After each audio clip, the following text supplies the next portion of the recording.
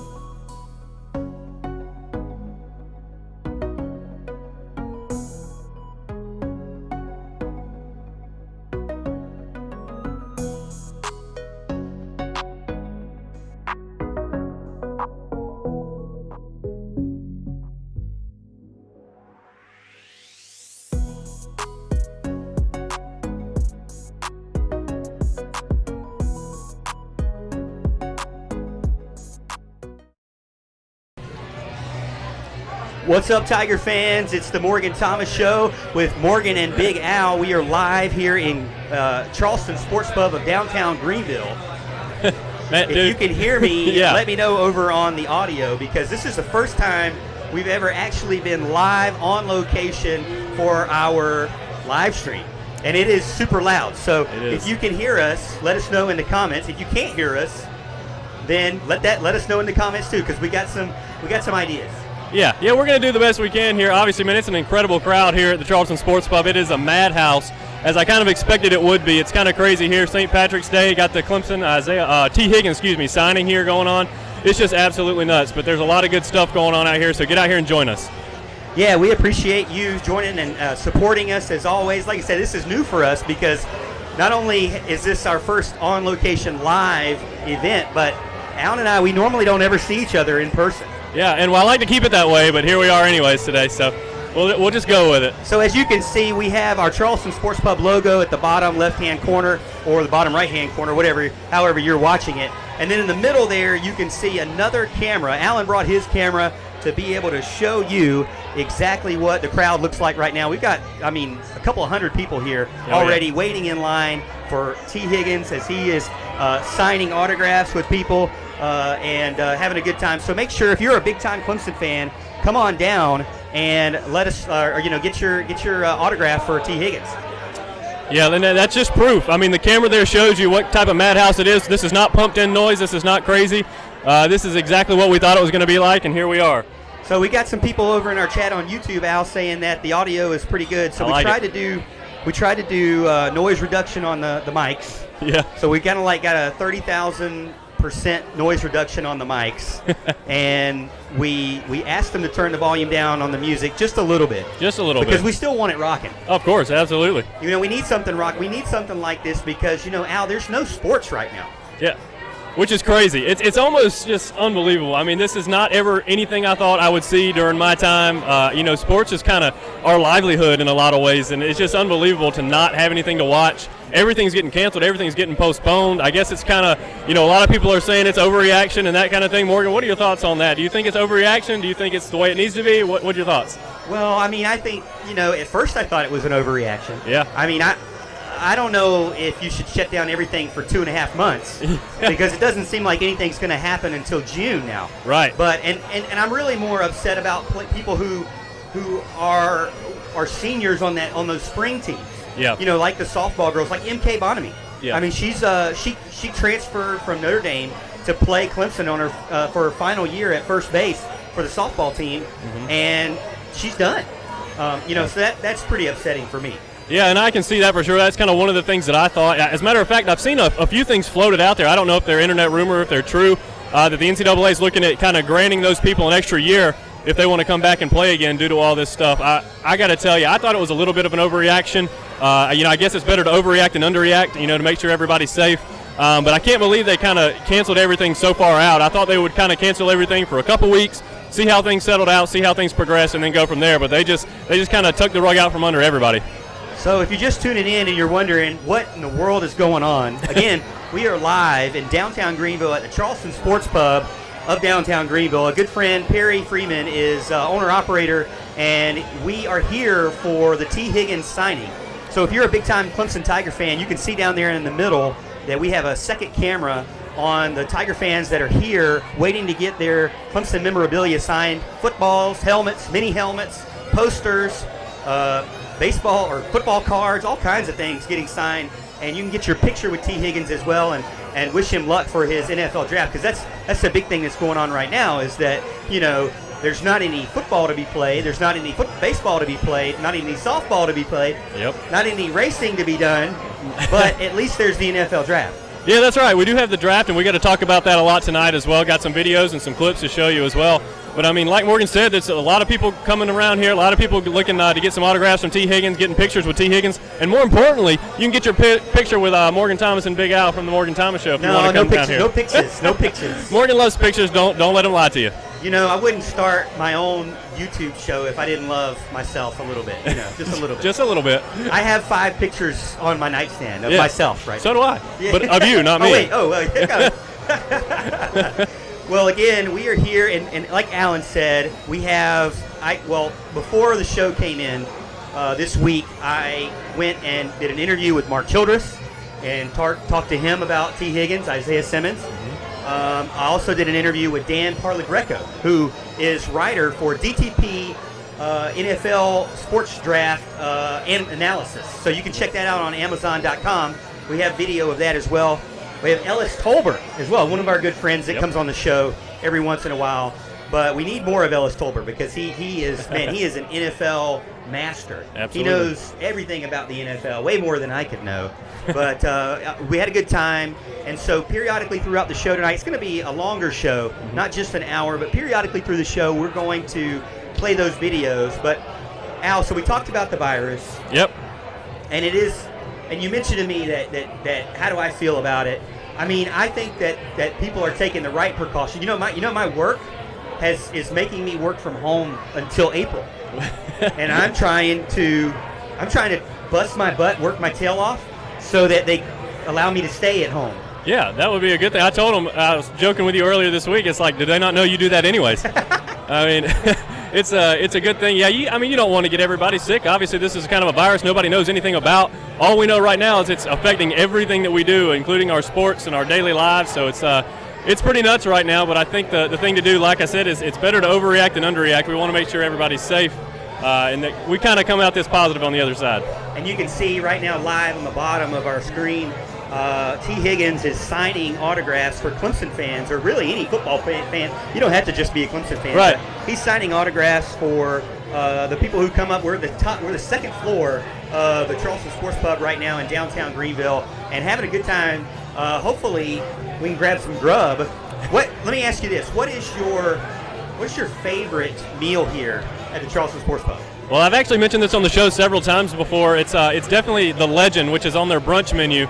So unfortunately, unless they've got something going on tonight that I don't know about, you're not going to be able to get that right now because it's like midday Saturday and Sunday is when they offer that. It's a fantastic brunch menu item. It is, it's a pancake with chicken fingers, a special gravy, another pancake, fried eggs, and bacon on the top with some syrup to go with it.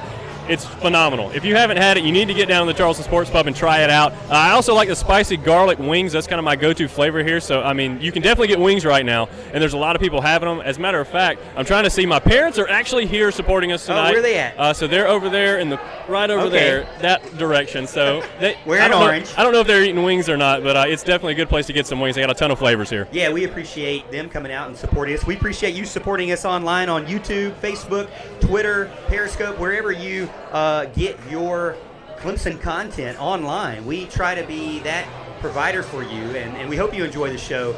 But before we go any further, I didn't tell you about our primary show sponsor. Right. Normally I get into that. You do. But it's Black's Tire Inc., and we didn't even do our intro video. So we got so excited about this show that we didn't even do the intro video. So let's do the intro video real quick. We'll be right back.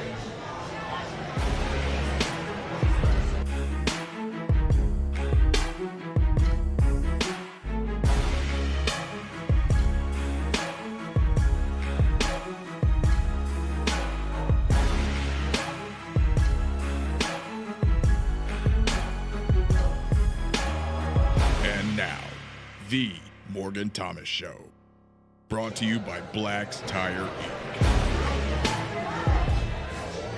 All right, we played our intro video there. And again, we are primary sponsor by Black's Tire Inc., family owned and operated since 1971. If you need new tires, brakes, alignments, tire repair, or just looking for a friendly professional to help answer your questions, check out Black's Tire Inc., located 1415 East Main Street, Westminster, South Carolina. Give them a call, 864-647-9292. Let them know that let Preston and Dale know that Morgan and Allen sent you.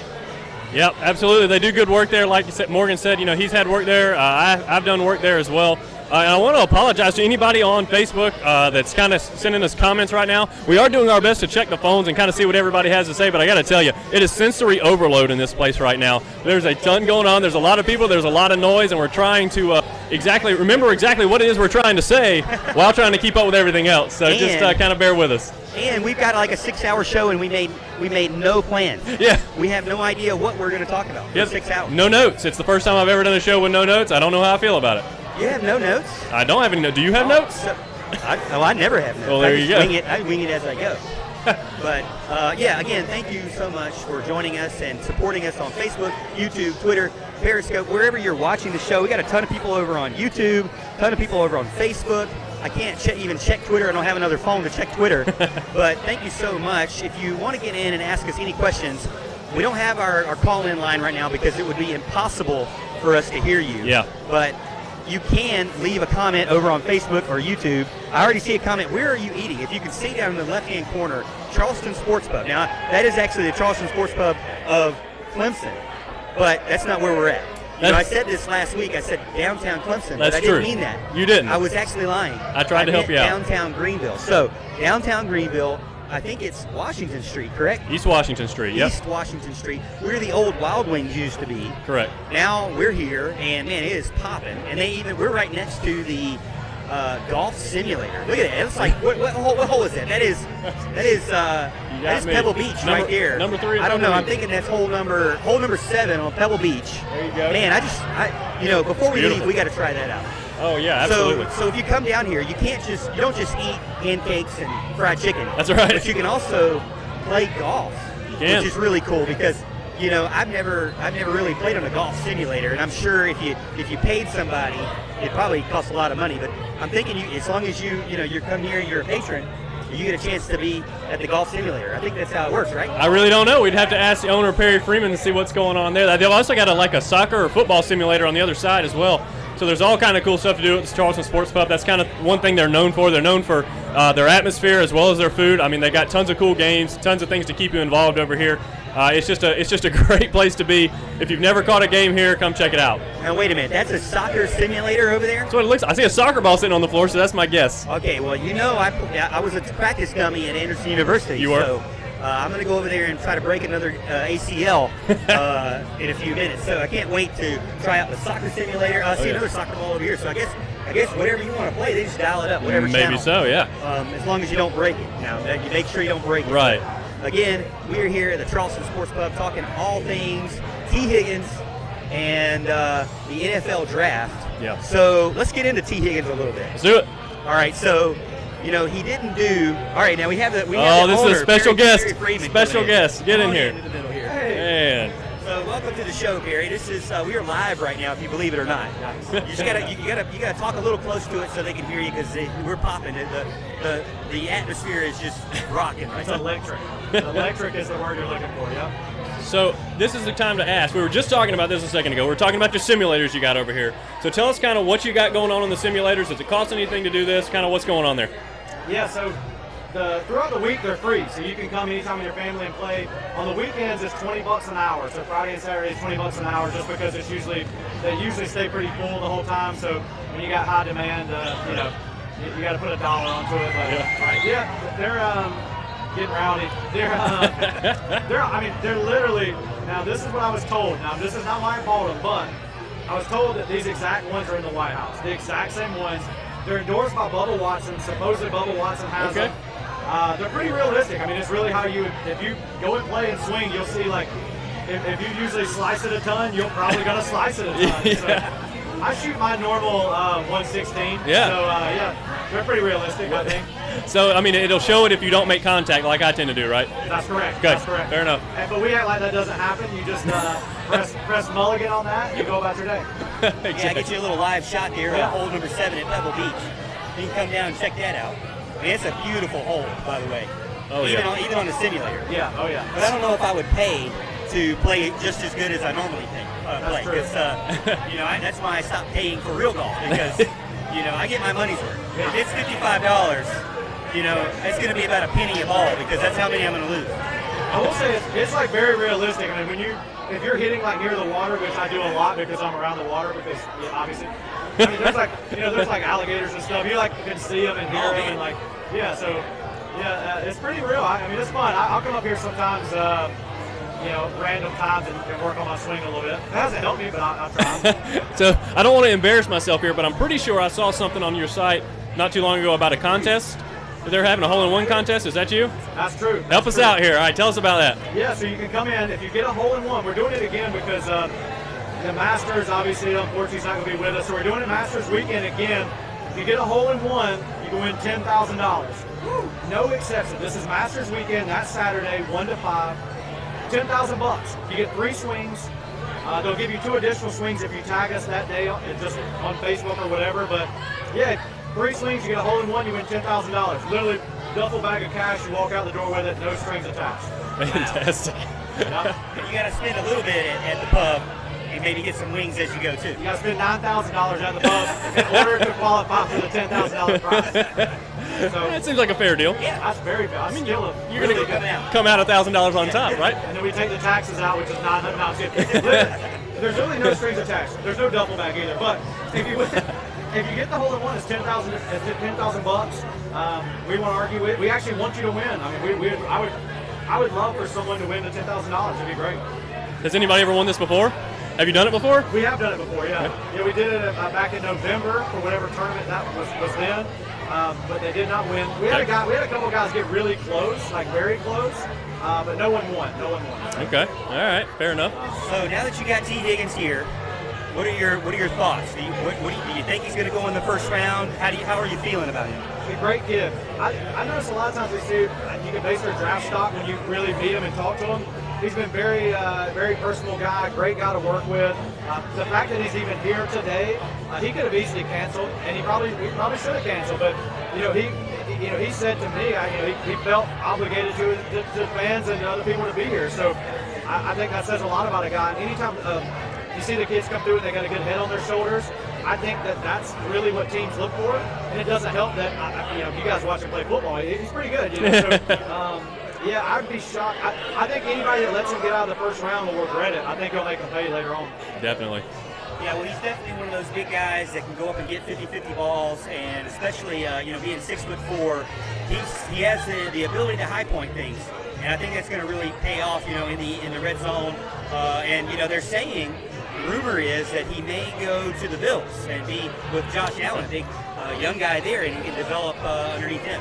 Yeah, that's what he just said to me too. He goes, I keep seeing that I'm going to go to the Bills. Now, of course, he doesn't know, but that's what he keeps saying he saw. I think it would help Josh Allen. He needs somebody with a big catch radius, so I think T might be his guy, so they can help pluck some of those random balls out of nowhere. But good kid. I wish him the best. I hope he's a first rounder. He deserves it. Yeah, definitely. So, all right, can you help me out here? All right, everybody's saying the Bills. Everybody's giving me all these teams. Nobody, however, is mentioning the Green Bay Packers, which, as you may know, is my team, okay? So I like to talk about them on the show. I like to have Clemson players come there so I can root for them. I even had Rod Gardner there for a couple of years. He didn't do a whole lot. It was kind of past his prime, so to speak. But I'm begging him. Yeah, exactly. I'm begging him to get some Clemson players in there, and they haven't yet. But I've seen them, a lot of mock drafts have them taking a wide receiver. He slipped down to the Green Bay Packers. Yeah. I think now this is a receiver-heavy class. It really is. Yeah, There's a lot of good guys in there. You look at Judy's in there.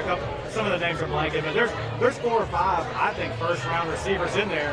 But it doesn't mean anything. It doesn't mean you're still not a first-round receiver. If there's 6 first-round quarterbacks, you take them all in the first round. So right. I think that's what you're going to see is just going to be a draft where you see 4 or 5 guys receiver-wise go and. There's a lot of, I think in the NFL, quarterback's obviously the toughest position to fill, of course, but you got to have somebody to throw it to. I think the reason why there's a lot of, parity with the quarterbacks is because they need some receivers to get the ball to. But I think, you put him with Aaron Rodgers, a guy that can really, really gunsling, even at his age.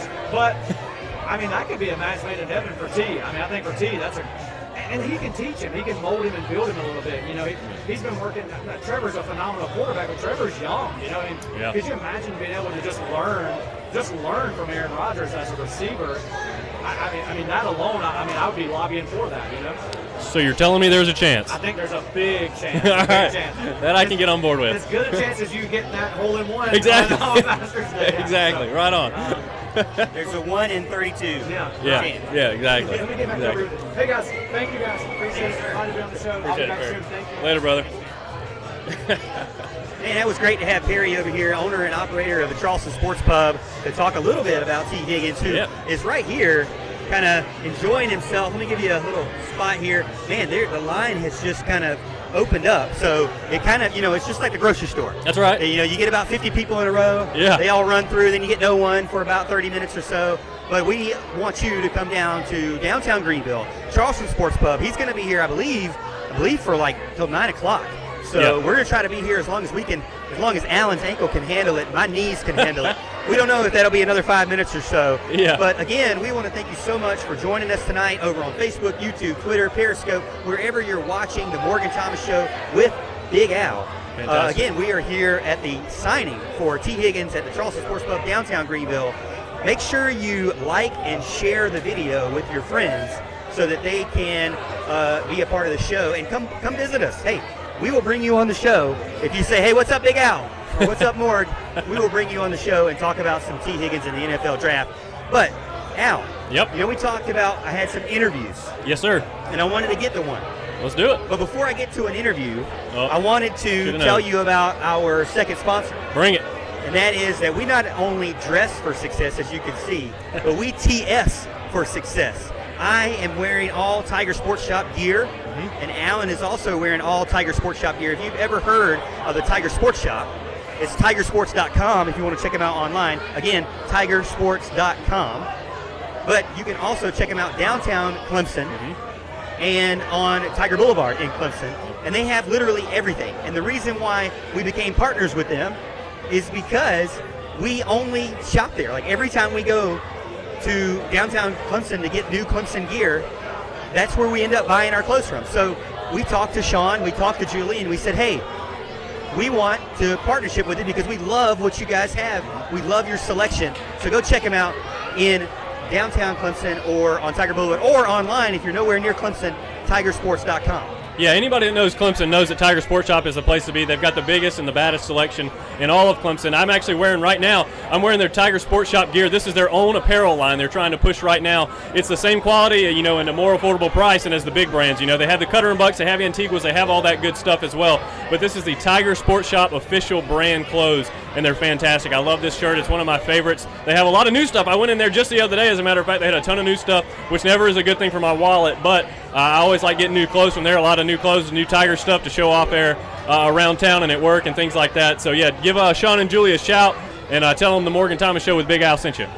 Yeah, and we just see, if you see in the camera there, you can see one of our big-time stud friends over there, Mark Childress, giving us a wave as he just came in and is going to check out Tee Higgins as well. So you can meet more than just me and Big Al. You can meet the Mark Childress from 105.5 The Roar, WSPA, News Channel 7, and the Clemson Tiger Sports Network for a Tiger Tailgate Show. You can go check him out as well. I think we'll try to rope him into the show a little bit later. But we actually have a pre-recorded interview with him well, so he's going to be on the show no matter what. But let's take a break from our live show real quick, Al, and I'm going to go to a pre-recorded interview with me and Dan Parlagreco.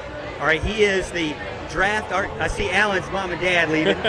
They waited just long enough to finish their meal. That's right. And they're out. So that's right. I don't blame them because you don't want to be out late. They're getting old, right? They're getting old. Nobody wants to be out They don't want to be in all this noise. They got to go to bed. It's probably past my dad's bedtime. There's about 100 other people that are definitely going to be out late. Oh, yeah. They are rocking. If you see the whole corner over here, everybody is in St. Patrick's Day gear. Yeah. So it is rocking right now. But back to what I was saying, we've got Dan Parlagreco. He is an NFL draft expert, and I had a chance to interview him earlier on in the week, and I wanted to show that to you right now. Tonight I wanted to introduce you to one of my good friends, Dan Parlagreco from DTP's 2020 NFL Draft Guide. You can find it on Amazon.com. It is a guide of over 300 plus players from this year's draft, so you can get in-depth information for your fantasy leagues or just want to be the most knowledgeable person around when it comes to the NFL draft.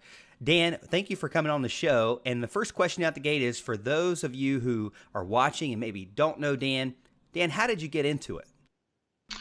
Yeah, it started 6 years ago now, I believe. And what happened was I would write on some fan sites, some different forums, and kind of do it as a fun little thing I would do on the side. And while I was writing on the forums, more and more of the people that were on the forums asked me to write up more guys, review some more guys. So what I would do is I'd watch clips, and it started gaining in popularity year by year. So then I decided the first year to put out a guide on Amazon. And I don't remember exactly how many guys I put in the guide, maybe 100 or so in the first year. And I ended up selling really well. I was not expecting that at all. And every single year, it's gained more and more popularity. People have connected with me on Twitter. The guide sells each year. And just a fun thing that's kind of turned into a nice hobby for myself that I enjoy doing. Now, I appreciate you coming on the show again, Dan. And before we get into anything specifically about this year's draft and the two players from Clemson that I want to talk to you about, can you tell our fans how they can get track of you or keep track of you? Yeah, so the main way to keep track of me is Twitter, to be honest. That's where I'm most active when it comes to social media. I have a Facebook page. I have a website. I'm not as active on those things. So Twitter is the place that I hang out the most, connect with people. So my Twitter handle, it's DTP Draft Scout. And my name is Daniel Parlagreco. And my guide is on Amazon. You type in 2020 NFL Draft Guide. You'll see it there. Actually came out this past week. So I just put it out. I tried to have all the updated combine information with measurements, things like that. And I pride myself on the guide each year. That's really what I put my heart and soul into the guide. I work on it for several months, hours and hours every single day. And this year it's the most in-depth one I've ever done. In fact, it's about 320 players, 115,000 words, somewhere in that range. So a lot of work went into that. Now, I love your annual draft guides. Right now, it's out, DTP's 2020 NFL Draft Guide. If you go check that out over on Amazon.com. Over 300 players. It's amazing. Have you always done 300 players, or how did you get started? well, the first year I did maybe about 100 or so, and each year I kind of did maybe 50 more on top of that. So every year I kind of do more. So the funny thing is, it's like the words sound like a crazy amount, 115,000 words, but that doesn't include obviously all the games I watch of all the players. So depending on the players, some of the smaller school guys, it's harder to get video clips of games of. I might watch 2 games, but most of the guys, the bigger prospects, the first 3, 4, 5, 5th round guys, I'm going to watch at least 3 or 4 games of all those players, and I try to get a good gauge of games they weren't as good in, games they were better in statistically, and that really helps me kind of have a well-rounded approach when it comes to each of the prospects. Another big question I have for you is, did you get a chance to watch any Clemson games this year? Yeah, of course. There's so many good prospects from Clemson this year. I watched between all the different players. I probably went through all the games, all Clemson's games at least once, depending on which prospect I was looking at. So getting into the players for Clemson and specifically talking about one of the most or the biggest talked about player from Clemson University is that of Isaiah Simmons. He has been doing amazing. He had a great NFL combine. Were you surprised when you saw the results from his combine this year? Yeah, I'm not overly surprised. Not overly surprised as far as the hype when it comes to Simmons. A guy you look at on tape, you watch the games, he's flies all over the football field. He's everywhere. Whether it comes to using him as a safety, whether it comes to using him down in the box, playing outside linebacker, playing inside linebacker, a lineup over the tight end. I mean, the guy is a versatile athlete that can be used in so many different positions. But with that being said, with a guy that's as flexible as he can, the only thing I can think of when it comes to NFL evaluators is where is his best position. I think that's what teams are going to have to figure out, where to use him, because he's a guy that, from the combine, and we just saw the overall explosive characteristics he has. Not a guy that's small, excellent length, excellent tackle radius. You're not going to see too many better cover linebackers in college football. And in today's day and age, you just need athletic pieces on the defense. And a guy like Simmons is going to be the heart and soul of your defense, but he's also going to make your defense infinitely more athletic and versatile. Now, I've heard some experts say that it's not a good thing that Isaiah Simmons plays all over the field, that it'd be better if he was specifically focused on one position, more traditionally like only a defensive end or only a linebacker or only a safety.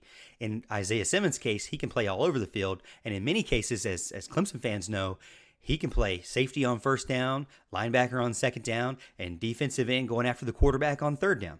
Do you feel like that's a positive, or is it a negative? No, I don't with a guy like Isaiah Simmons because of the fact that everything he did in college, he played at a very, very high level. I think he's got the physical profile, the athletic profile that he's going to excel no matter where he's put. I think he's only going to get better when he's able to have a defined position, a definitive role for a team. The fact that he did so many different things at a high level in college and against great competition bodes well, because I think no matter where a defensive coordinator wants to use him, if you use him in that particular role and he has time to get play in that role and learn the system, I think he's going to get better and better. Or if a defensive team wants to use him as a chess piece and use him in various different roles, and depending on the game, depending on situations, he can do that too. So I certainly don't think it's a detriment as far as his overall draft value goes at all. Now, there's a lot of rumors now after the NFL Combine where Isaiah Simmons will go. Obviously, people said that he was a first-round draft pick, but now they're saying that he's in the top 10, maybe even in the top 5. Do you have any idea of where you think he might go? Some rumors are saying that he might go to New York. That's hard to say. These things are so fluid, these situations, and I think a lot of these top 10 teams are looking for a quarterback. So we can see a lot of moving and reshuffling. So who knows what teams are going to be there that are going to stand in and pick in that top 10. So I think that's going to obviously impact where Simmons goes. A team like New York that obviously already has their quarterback, you would think a guy like Simmons would be perfect for them, depending on what the teams above the Giants, do.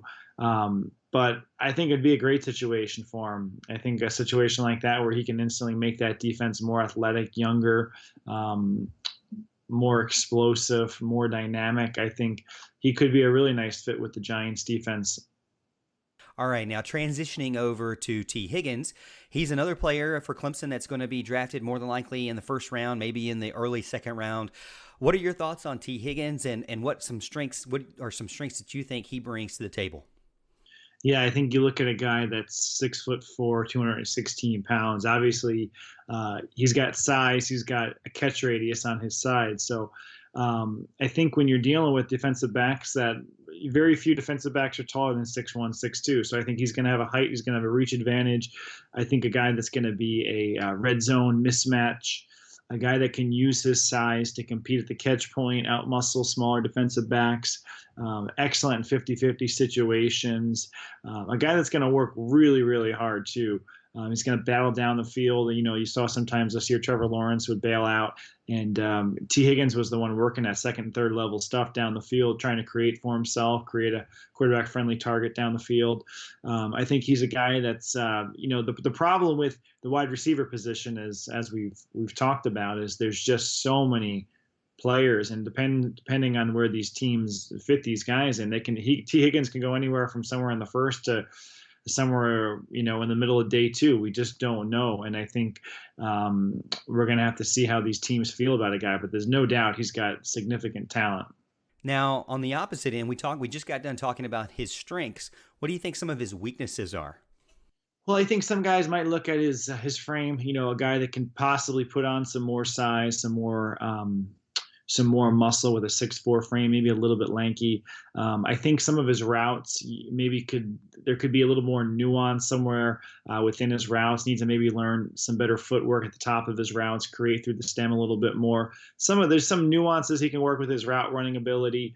And I think, obviously he showed he can win 50-50 balls in college, but I think the way he plays, he's going to have to probably get a little bit stronger to compete against NFL defensive backs, obviously stronger guys. He's not going to dominate quite as much at the next level. So I think those few things might cause a little bit of concern, but he moves really well for a guy his size. He's certainly no slouch when it comes to running.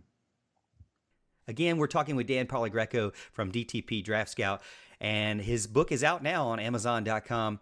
But I wanted to ask you, Dan, where do you think Tee Higgins will go? A lot of rumors are saying that he would be a great fit for the Buffalo Bills and Josh Allen. Yeah, I could see that working out really well because Josh Allen's obviously a guy that likes to throw the ball down the field. He likes to give his receivers jump ball situations. He trusts his receivers in those 50-50 contested situations, middle of the field, vertical routes up the field. And Tee Higgins, those are things that he excels at. So I think that could be a really nice fit. And, he's got the size, Josh Allen, one of his things that we saw in college and also at the NFL, sometimes his decision-making isn't great, but when you got a guy like Tee Higgins that can out-muscle, can out-jump, can out-reach defensive backs, I think he's got a really good chance at excelling in a situation like that. Before you go, any final thoughts on Tee Higgins and Isaiah Simmons? No, I think they're both really good players. I think they both have a chance to get drafted really high. I think Simmons will be a top 10 pick. I would be shocked at this point with how well he showed up at the combine if he were to fall out of the top 10, because guys like that don't grow on trees, and he just makes defenses better. And Tee Higgins is the guy that I think has a lot of upside, a lot of ability. Maybe he could work on some of the finer nuances. Not an elite athlete, but a very good athlete and excellent size. And he's going to be a really, really nice receiver for a team. Not sure he's a number one receiver for a team, but he'd be an excellent number two receiver for a team. Well, thank you again, Dan, for joining us. Remember, it's DTP's 2020 NFL Draft Guide, the ultimate football draft resource featuring over 300 of the best prospects for this year's NFL Draft. Go check it out, Amazon.com.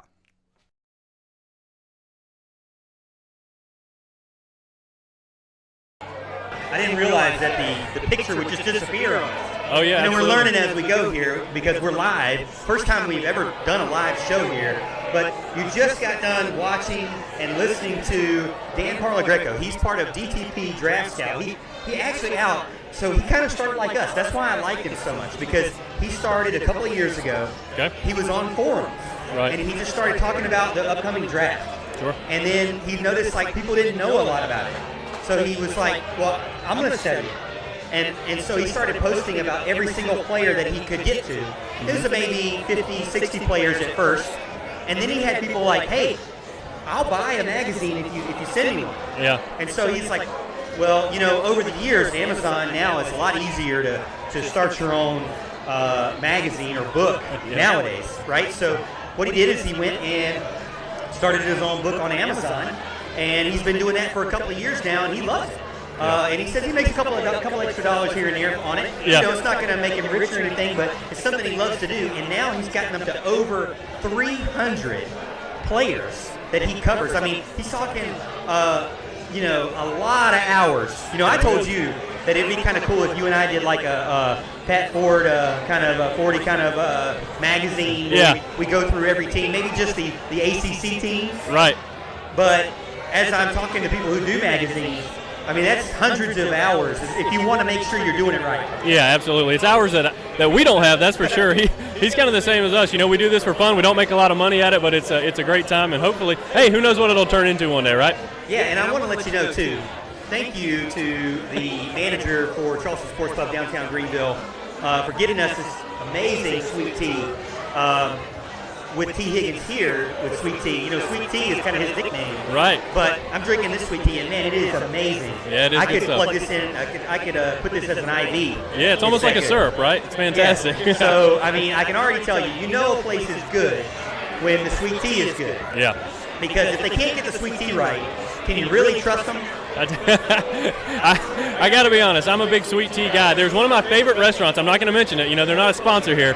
But one of my favorite restaurants does not have good sweet tea, and it's unbelievable. It's unbelievable that their food can be so amazing and the sweet tea is so bad, but that is not a problem here at Charleston Sports Pub. The tea is fantastic. Plenty of sugar. How can it be your favorite restaurant? You know, we're going to talk about this offline. This is one of my favorites. We got, you know, we only have like 2 hours here.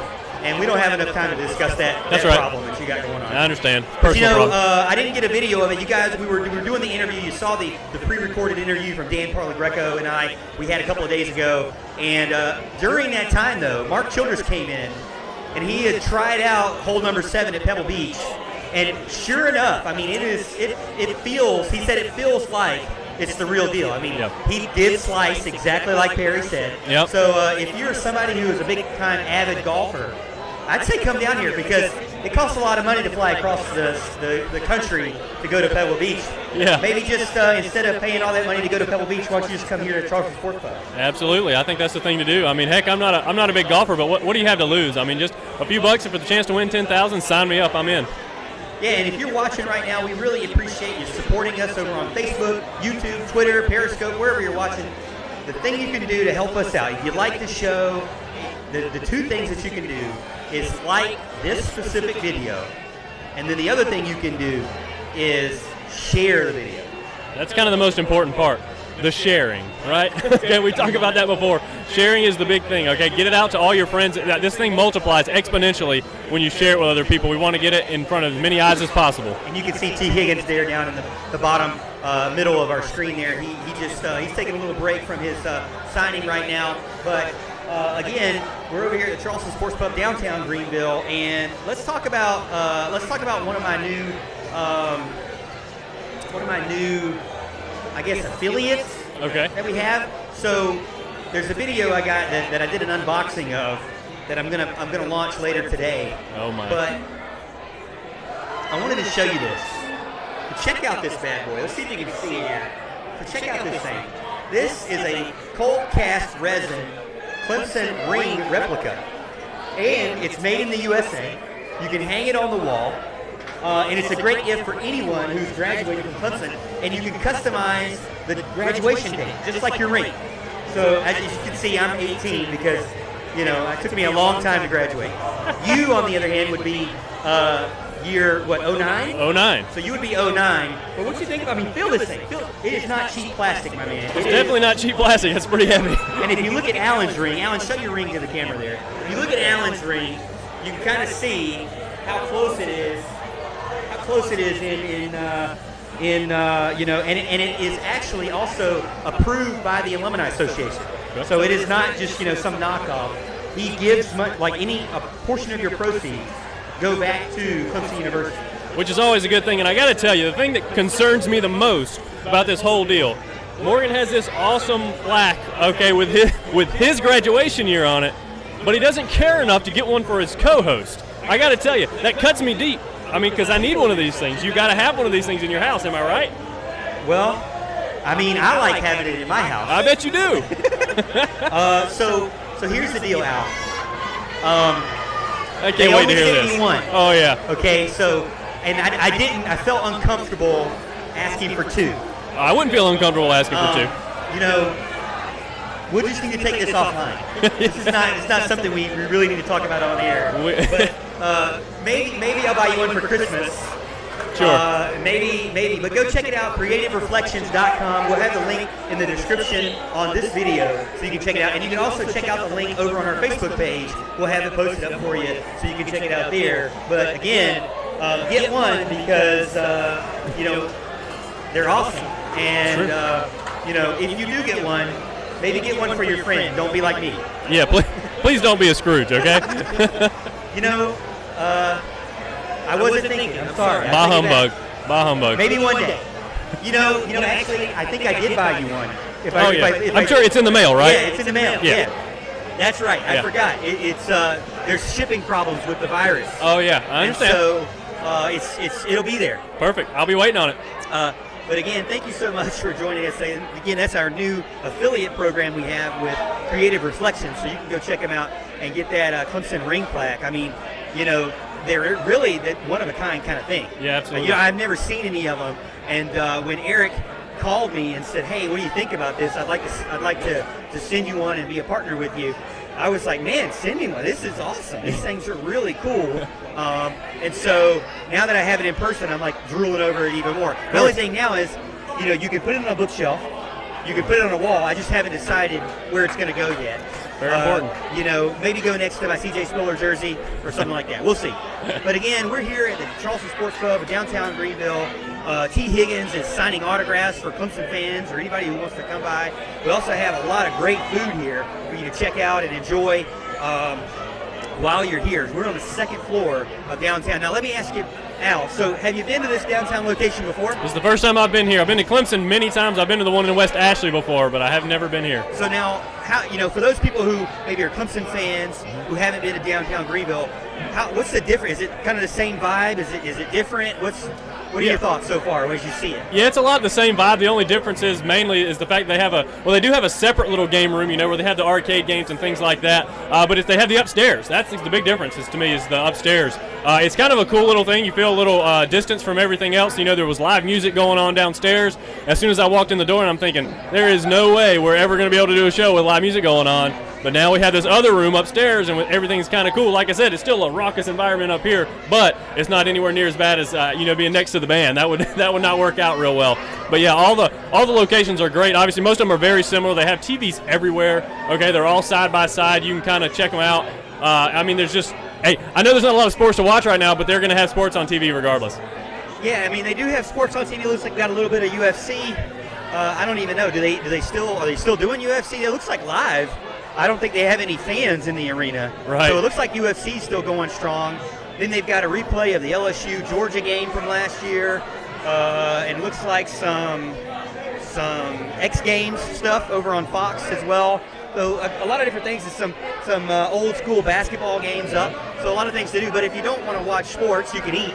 Yeah. If you don't want to eat or watch sports, you can play in the simulator on golf or soccer. So there's a lot of things for you to do. And then when you have time afterwards, you can go walk around downtown Greenville, which is a beautiful city. No doubt. I love living here. I love coming to downtown. The weather's getting better. Looks like it was like 72, I think, like yesterday or something. So I'm enjoying it. But again, we're here talking about Tee Higgins, and we also had some conversation with Dan about Isaiah Simmons. Yep. So, we talked about Tee Higgins and where he might go. Mm-hmm. But another guy that really kind of stood out for the Tigers, other than Tee Higgins, well, really, to be honest with you, I take that back.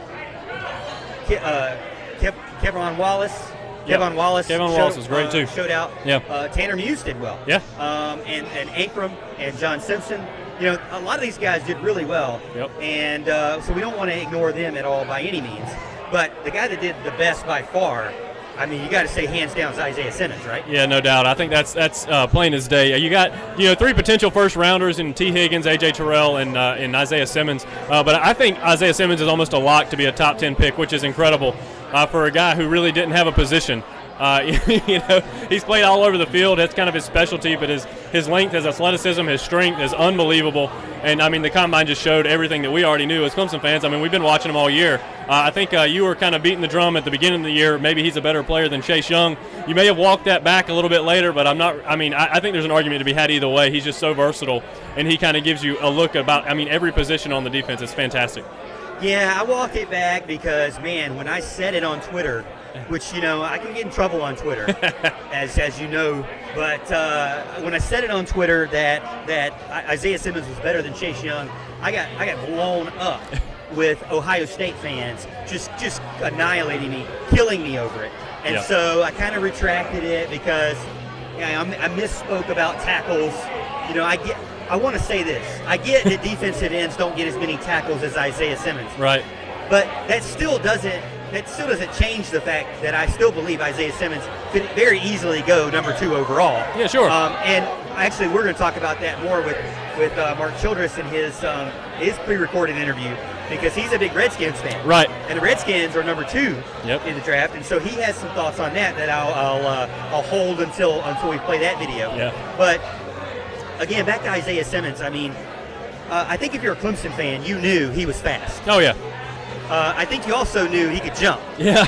He's been a track guy, but 6'4", 238 pounds, and they have him right now listed as a likely Pro Bowl talent. Oh yeah. He's a few points off of being a perennial Pro Bowl talent. So somebody who could be multi-year Pro Bowler. Yep. And I don't disagree by any at all. No, that wouldn't surprise me. But really, what happened was the 40-yard dash. Now the 40-yard dash, a 4.39. Yeah. Now, Alan, you and I back in the day, we tried the 40-yard dash, and it's a lot harder than you think. It is. It takes a little bit of skill to figure out how to actually run the 40. Yeah. And I will say, Simmons is a track guy. Right. Higgins, not necessarily a track guy. Yep. So it makes sense that they're both fast, but it makes sense that Simmons was able to do better because I think he understands, the proper technique a little bit better. Yeah. Now, I'm kind of assuming this because of his experience in track. Yeah. No, I would agree with that 100%. As a matter of fact, I remember we did that on the west side practice field back in the day. It used to be the practice field. I don't know what it is now. But we tried to run the 40. It was late one night. I don't know why we were even there, maybe that other than to run the 40. I got to tell you, run the 40 is difficult, especially when you're slow. Yeah, 4.65. Yeah, Perry's running a 4.65 with a hurt ankle, he says. So it's really difficult. I think form matters a lot. Obviously, we would have gone probably from a 4.4 to a 4.2. I would assume with proper form, something like that. Yeah. It's pretty fair to say. So, it's incredible. Like we talk about Brian Brzee and, his impact and how a big guy like that is not supposed to be able to move like that. Yeah. Same thing with Isaiah Simmons. His athleticism is off the charts. Yeah, and you're talking 20 pounds heavier than most wide receivers and able to run faster than them. Right. Or at least hang with them. Yeah. We know we had the video of him and Travis Etienne hanging with each other. Now, during the interview, he mentioned that he not only hung with them, but they did it again off camera, and he won. So Travis Etienne is not willing to say that was the case. Yeah, right. Of course, he's not going to concede that. Oh, no. But, again, back to me, I did the first one at a 6'4", and, I called it a day because the scouts didn't need to see anything more. Yeah. Because they knew. They knew I was here. I wasn't playing. But again, it is not easy to run the 40, and so big props to Isaiah Simmons for that. Now, I'm looking through on the NFL.com's website. Now, let's talk about some of the strengths and weaknesses for Simmons. Okay. All right, so rare versatility and matchup potential around the field. I think you're talking about they can play multiple positions at any time, at any given moment. Now, I know Isaiah Simmons was able to, on first down, play as a safety, on second down, play as a linebacker, and then on third down, get in as a defensive end and blitz the quarterback. Right. So I think that's what they're talking about there. Yeah, definitely. And I think there's been a lot of talk about, could it possibly hurt him that, he doesn't really have a position. He's not necessarily married to any one position. He can kind of play it all, and he did at Clemson. I don't think so. I think that has really nothing to do with as far as he's going to go in the draft and how far he's going to go in the NFL, because it's not like, there's a typical player who's a good all-around player. He's a jack of all trades, a master of none. Isaiah Simmons can dominate at every single one of those positions he plays, and he showed that all year long. Yeah, definitely. And I think, Mel Kiper came out originally and said that he thinks it's a problem because I disagree. You never know where you don't know where you're going to put it. But it's only a problem to defensive coordinators who don't know where to put it. Right. And I think that was kind of what, when Isaiah Simmons came out and came to the NFL Combine, one of the questions they said, how did you get to Clemson? Because you're from Kansas. Mm-hmm. And he said, well, I had no idea anything about Clemson at all. Yeah. And he said he got an offer from Kansas because that's where his brother went. And then he said, and then he got an offer from Brent Venables at Clemson. And he decided to go take a visit at Clemson, and he realized, wow, this Dabo Swinney team is actually a multiple 10-win season team. Right. They're building on what they're already doing, and they're about to be in the national championship game. Sure. Deshaun Watson years, around that time. And you're thinking, hey, that's where I want to go. And that's what he said. That's where I want to go. But the one thing that he said is the other college coaches were really pushing me to be an athlete or pushing me to be a wide receiver. Right. And he was like, I don't want to do that. Sure. Which is actually pretty odd. Most of the guys want to play offense. They like the flashy positions like that. But he kind of fit in right where we needed him. He's the utility player on defense that can go anywhere, and that's what makes him so special. I tell you, what's funny is, I can tell all these NFL scouts and all these people that are looking at him, the NFL teams, where to put Isaiah Simmons, and that's what Clemson fans knew all along. You put him on the field. It doesn't really matter where he is because he's going to be great at wherever he is. Yeah, I mean, like I said, he's a guy who can play safety, no problem. And we're not talking just play safety. Yeah. I mean, we're talking elite level. What's up, Jacob? How you doing? Elbow. Yes, elbow. Yes, we are live. We got a fan here, Jacob Fletcher, and we are live here on Facebook, YouTube, and Twitter. So we're doing our show right now. All right. Well, I appreciate you coming by. Yeah. Thanks, man. Yeah. Get you some good food. You got it. You got an autograph, right? You got an autograph, right? I got 5. Oh, hey, there you I go. hear you. All right. No doubt. Well, again, that was a friend of ours, a guy that's been watching our show really since day one. We went to high school with him, and so we appreciate him. Jacob Fletcher for coming by and giving us a shout. Mark Childress giving us a shout, and then Harry Freeman's obviously the owner-operator here at Charleston Sports Pub. Tons of people still here. Oh, yeah. So let's go to the weaknesses of Simmons real quick. There are some. That was good. Now, look at the list here. This is from NFL.com. Yep, let's do it. So there's a list. Now, I'm not going to go through all of them. Okay. But the first one is instincts near the line of scrimmage are a work in progress. Okay. Now, when you hear that, what are your thoughts? Because I'm kind of like, what? Yeah. What are you talking about? Yeah, I'm pretty much in the same boat. I didn't see any of that this season, and I watched every single snap that he played. Yeah. So I'd like to kind of I tell you, there's these people that do this for a living, and they analyze every little bit of what you can do, every movement of your body, every muscle, and I just kind of would like to hear their thoughts and what they're seeing, because every time I saw Isaiah Simmons, he was like a hawk towards the ball, okay? He was going straight for him, and he was able to read everything fantastic as far as I'm concerned. Now, look, I've seen people that have coverage issues that don't know exactly what they're looking at or where they're supposed to go, but Simmons was not one of those guys for me.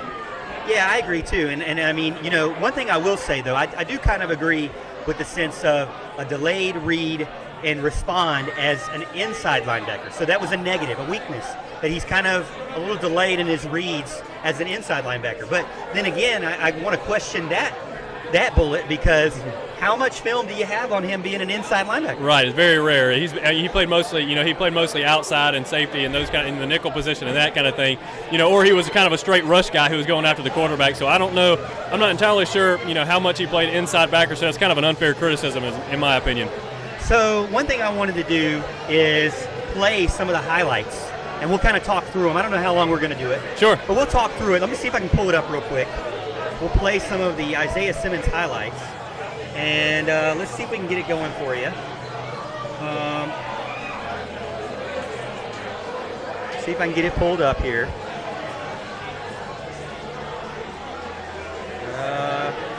My YouTube capture. There we go. There we go. All right. So let's start the video over real quick. Yeah, I appreciate your patience with my amateur hour here. But all right, so we got some video up of Isaiah Simmons and some of his highlights. This is from the ACC Digital Network, so it's not our video. So Right. You can see the logo up there. But we did want to comment on it Right. for copyright purposes, commenting on somebody else's work. Right. That's all we're doing here. But I will say we're looking at Isaiah. Gosh, he just destroyed somebody. You'll probably see a lot of that, I would imagine. All right, so this is the first game of the season. Georgia Tech. Look at Skalski getting in there, and we're going to kind of just talk through it. But look at that closing speed to the running back to the outside. That's right. Yeah, it was good stuff. I mean, he's just everywhere. He's always around the ball. He makes the plays. He's not afraid to tackle. He's got the size. He's got the speed. He's got the athleticism. And you can see there his 2019 stats. 107 tackles for loss, or tackles in general. Yeah. 16 tackles for loss, 8 sacks, which I think is a great stat line. Yeah, no doubt about it. And then here's another. I mean, Good shoestring I think tackle. we're going to see 10 minutes of him just running people down to the outside. You think you're going to get to? You think you're going to get to the outside? Yeah. Now, do you feel like that? Now, some of the criticism has been, well, this is the ACC. Right. This is Georgia Tech. This is a rebuilding team. You're showing a lot of stats, a lot of highlights from, a Georgia Tech team that is, quite honestly, garbage. Sure. So, what's your thoughts there? Well, I got to tell you, I'm getting really tired of that line because if you watched him, he did this every game. Didn't matter who he played or how good they were. He did the same thing in the playoffs. He's everywhere, every game because he's just got that attitude about him. He wants to be a special player, and he really turned out to be that this year. I mean, it really is, like you said, a special player to be able to play all over the field. What I like about the Texas A&M game, as we're seeing now, is that this was a team that was supposed to be, Clemson's going to hold up or, going to have a hard time with Texas A&M. Yeah. But they held him in check, and Isaiah Simmons really showed off his skill playing safety against A&M, playing linebacker against A&M, playing defensive end. That was really a game where I felt like he was most versatile. Yeah, and A&M was kind of the one everybody wanted to see, the mighty SEC, coming to take on a little lowly ACC program. But I mean, it was a good day for Isaiah Simmons, a good day for the Clemson Tigers as they continue their dominance of college football. Unfortunately, we didn't get the ring this year, but I expect us to be back very soon. Yeah, and you're seeing here the Syracuse game. Yep. It was not long before the Syracuse game kind of got out of hand, and in the second quarter there. Right. And again, Tommy DeVito was the guy who's supposed to be the real deal. Remember, we had Kevin Wall, from the SB Nation site. Right. And he was like, DeVito is that guy that fits in Dino Babers' scheme. Sure. And he didn't really show out that much this year. He had a terrible offensive line. Yeah, he did. And this was that play where Simmons just destroys him straight up the middle. Yeah, it was fantastic. That's the one thing you want to see. He just comes over unblocked, which is a really bad idea. It's hard enough to block Isaiah Simmons with the kind of power he has and the speed that he has, but it's a really bad idea not to put anybody on him at all. Yeah, that had to hurt a little bit. Yeah, absolutely. And I mean, that was one as a fan, you're just like, wow. And here's another one. This guy, number one, I mean, you can tell he's a fast guy. Oh, sure. And he's not a big, tall guy. Yeah, look how small he is. So he's having to tackle guys that, could slip underneath him very easily. Right. But he has the ability to kind of lower his shoulder and make some plays. And this is against Charlotte, so definitely lower competition. Yeah. So I'm not gonna say that the ACC is like some powerhouse conference by any Right. means, but it's not like they were big pushovers. Yeah. By any means either, and you No. can see that from his just numbers that he's a good player. Right. And here's some. I mean, what game was he more key in than the Tar Heel game that they almost lost? Yeah, that was a brutal game to watch, man. Clemson just couldn't get anything going. Thank goodness their defense played pretty well for the most part. Gave up a couple of big plays, obviously, that kind of led to this game being a lot closer than it was. But man, it was a special game. You're gonna have these games. You're the target. When you're number one, everybody's coming after you. You're those guys that are at the top. That the target is on your back. Everybody wants a piece of you. Everybody thinks they can beat you. And again, it's college football. Everybody wants to talk about parity. Everybody likes to talk about how much parity there is in college football. And they're right. They're 100% right. Anybody can win on any given night. And the Tar Heels almost pulled it off that day. Yeah, well, I'm thankful they didn't. Yeah. Because the Tigers were able to continue their march, and I think it would have been pretty bad if that would have happened. It would have been very difficult for them to kind of make up that ground as a team. No doubt. But again, back to Isaiah Simmons, you can see a ton of content here from him, just all over the field in half the games so far that we're watching, and no more important than the Tar Heel game. I'm wondering, was he in on the very last play? I don't know if they're going to play that.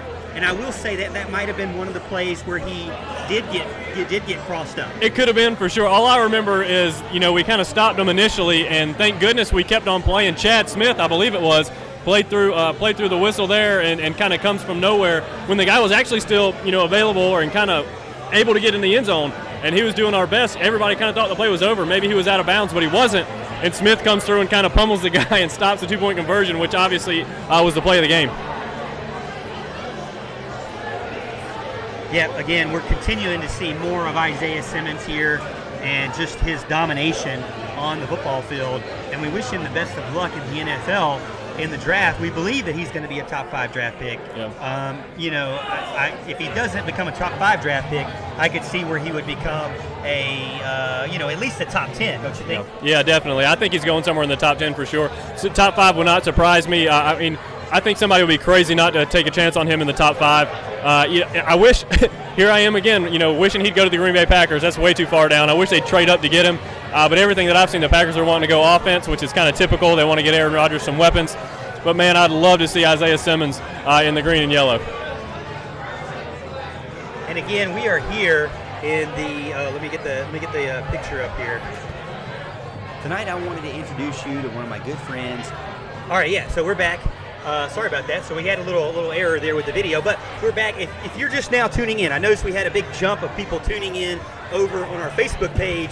If you're just now tuning in, we are here live in downtown Greenville at the Charleston Sports Pub. One of our sponsors, our great sponsors, you can see the logo down there. That's the Clemson logo. If you're familiar with the Clemson area, they have one in downtown Clemson as well. We are currently in downtown Greenville. If you also notice that we are here for the Tee Higgins signing. Now, I will tell you, it looks like Mr. Higgins is gone. Yeah, I don't know where he went.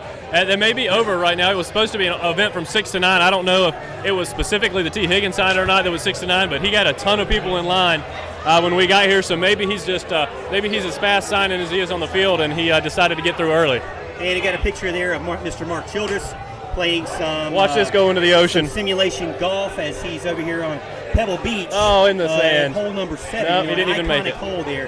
He's trying to get in his strokes before he goes on his trip. But again, we were originally here at Charleston Sports Pub for the Tee Higgins autograph signing before he goes to the NFL. But we're still going to be here because we're going to finish out. We got a couple of things that we want to go over. We're going to try to finish up the show. But we got a couple of pre-recorded interviews that we're going to go through. But again, this is the Morgan Thomas Show with Big Al, and I'm Morgan Thomas, your host and producer. Joining me is my co-host, Big Al Allen. This is our first ever live on location show. Right. So you have to bear with us because we're making it up as we go. We are, and that's okay. That's okay. I got to tell you, this is awesome. Like I would like to do more of these. We're going to have to find some place, maybe not on St. Patrick's Day, where it's a little bit quieter and you can actually hear yourself think or hear yourself talk. That's kind of cool. But hey, no, it's been fantastic, and I hope we can do this a lot more. And you know what? I just realized neither one of us are wearing green. They're going to attack us here. Oh no. There's no green. This is a Clemson show, and that's what I'm wearing. Again, we are wearing exclusive Tiger Sports Shop apparel. I am wearing some Tiger Sports Shop polo. Alan's wearing Tiger Sports Shop polo, and we're both wearing Tiger Sports Shop hats. So go check them out. Tigersports.com, Tiger Sports Shop in downtown Clemson or on Tiger Boulevard. So check them out. If you're not in Clemson, you can go check them out at Tigersports.com. But again, we're talking all things Tee Higgins, all things Isaiah Simmons, all things NFL draft for Clemson.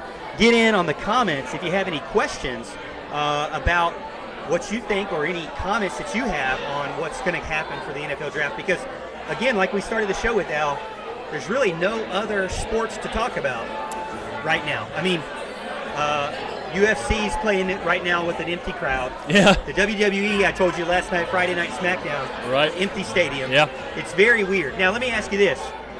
Would you have watched the NCAA tournament, the basketball tournament, if there was no fans? Oh, absolutely. I think you kind of have a different opinion than me on this, but yeah, absolutely. I would watch any sports. I don't care if the fans are there or not. And that's funny coming from a guy who has preached, this entire show, not this tonight, but in past shows of the Morgan Thomas Show, that I love crowd noise. It's one of the things I live for. In Little John, whether Death Valley, wherever, I love hearing the crowd noise. It's one of my main draws to the game, other than my Clemson Tigers. So therefore, if my Clemson Tigers are playing, I'm watching. Now the NCAA tournament, is just one of the best sporting events, in my opinion. It's probably the best sporting event, in my opinion, in the U.S. And maybe I like it better than soccer, so I'm not gonna throw the World Cup right under the bus. Especially with you sitting here, I don't want to kind of step on those toes. But I love the NCAA tournament, and for me, it's the greatest sporting event there is. So I love to see it. And I'm devastated they canceled it. I'll be honest with you. I think that if you are watching the NCAA tournament with no fans, you just need to turn the channel. I think that would have been a big mistake. I think canceling it altogether is a better idea, just from an experience standpoint. I do not want to see a monstrous dunk, and I told Walt Deptula this. I don't want to see monstrous dunks or clutch three-point shots and like one mama on the third row clap her hands, and a couple of cousins. I don't want to see that. Depends on how loud that mama is. If it's your mom, you've been to my games. If it's your mom or my mom, the roof is going to blow off. But but I'm telling you right now, I don't think that it was a good idea. Now, do I think that it's the right idea to get rid of sports for 2.5 months? No comment. Right. Yeah. I think that's the best way to go. Because I don't think I would get blasted politically. Yeah.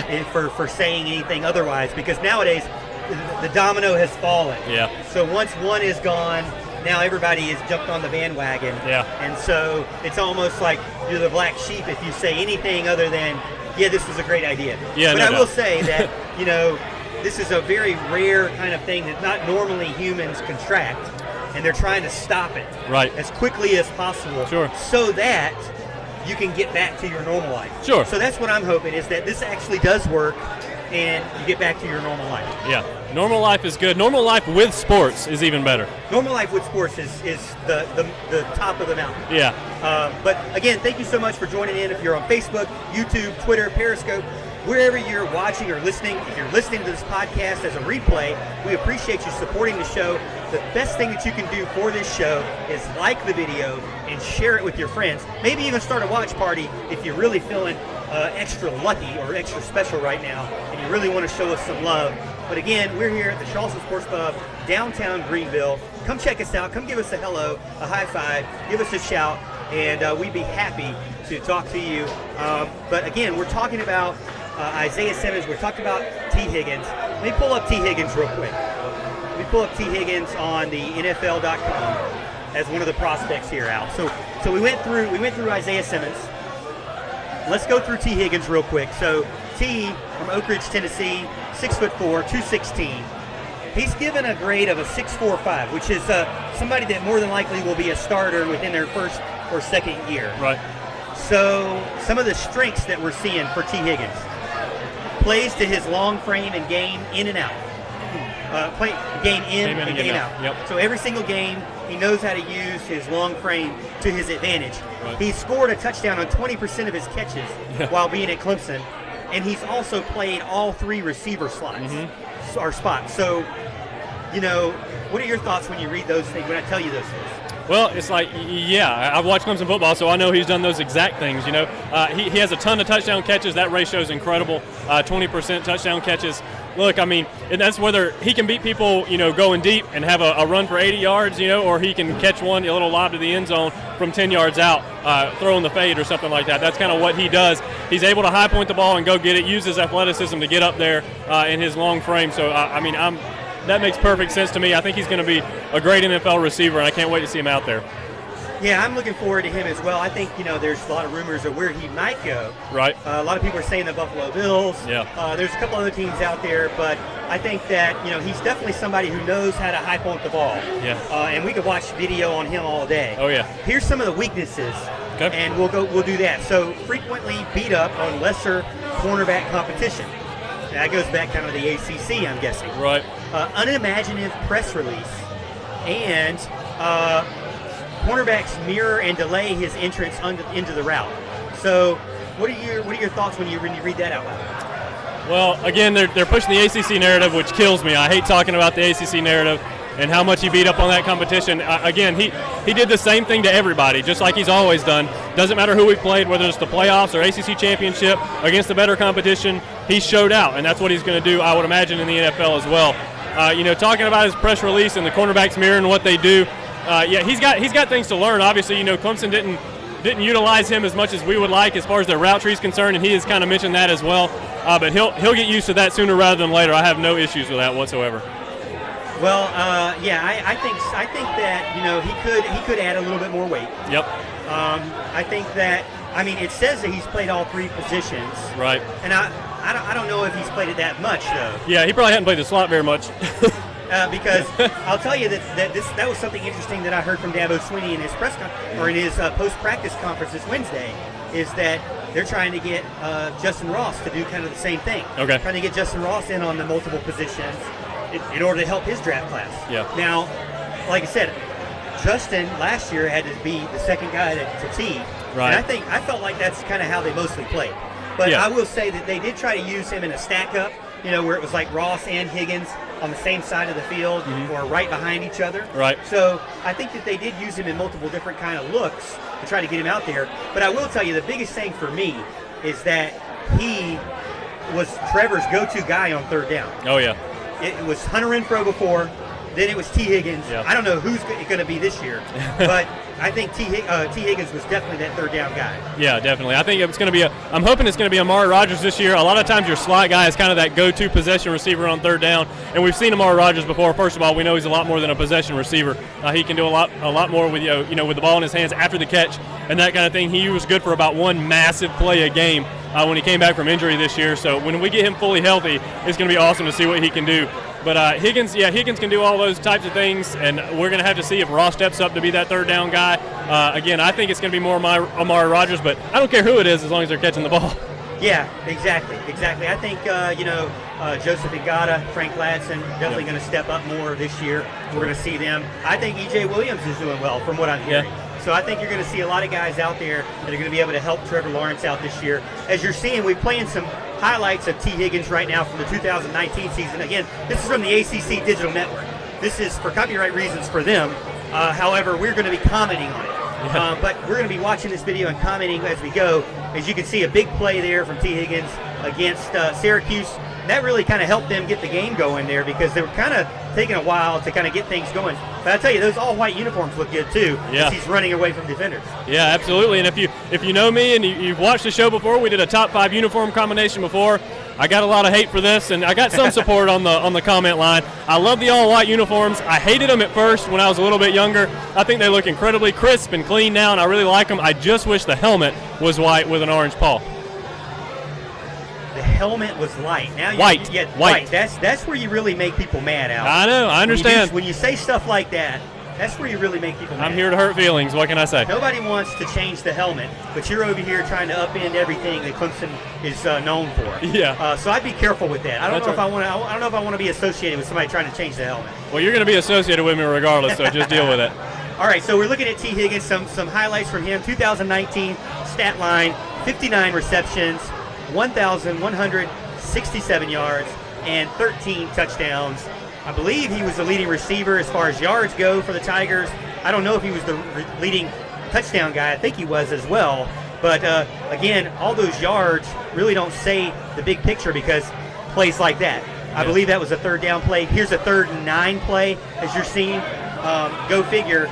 Trevor, under pressure, got to get the ball out of his hands, and who's there at the sideline there in a clutch situation to get them into the red zone within the 10-yard line. And I believe Tee Higgins does this kind of fancy move to get a touchdown in this game as well. Yeah, I believe he does. I think it's a kind of a deep pass over the middle from what I remember. He was huge in this game. I think it's right here, actually. Yeah, and I mean, that's just – it's devastating to think about what could have been in this game if you didn't have the Higgins and Simmons of the world. Yeah, for sure. I think that, it was great for the Clemson Tigers that Trevor Lawrence and Tee Higgins kind of matched up and hooked up early and got on the same page. I think that for Higgins to be successful, he's going to need to find him another quarterback that is going to be successful or going to be able to lean on him as well in those third down situations. Just because he's a big guy doesn't mean he's not a good third down situation guy. Right, yeah. I mean, he does a good job of paying attention to the quarterback, and if he's in trouble, he'll scramble back and adjust his route. He's very good about that, finding the open space in the zone. Those are some of the things that he does well, and I think he's going to be able to exploit that in the NFL as well.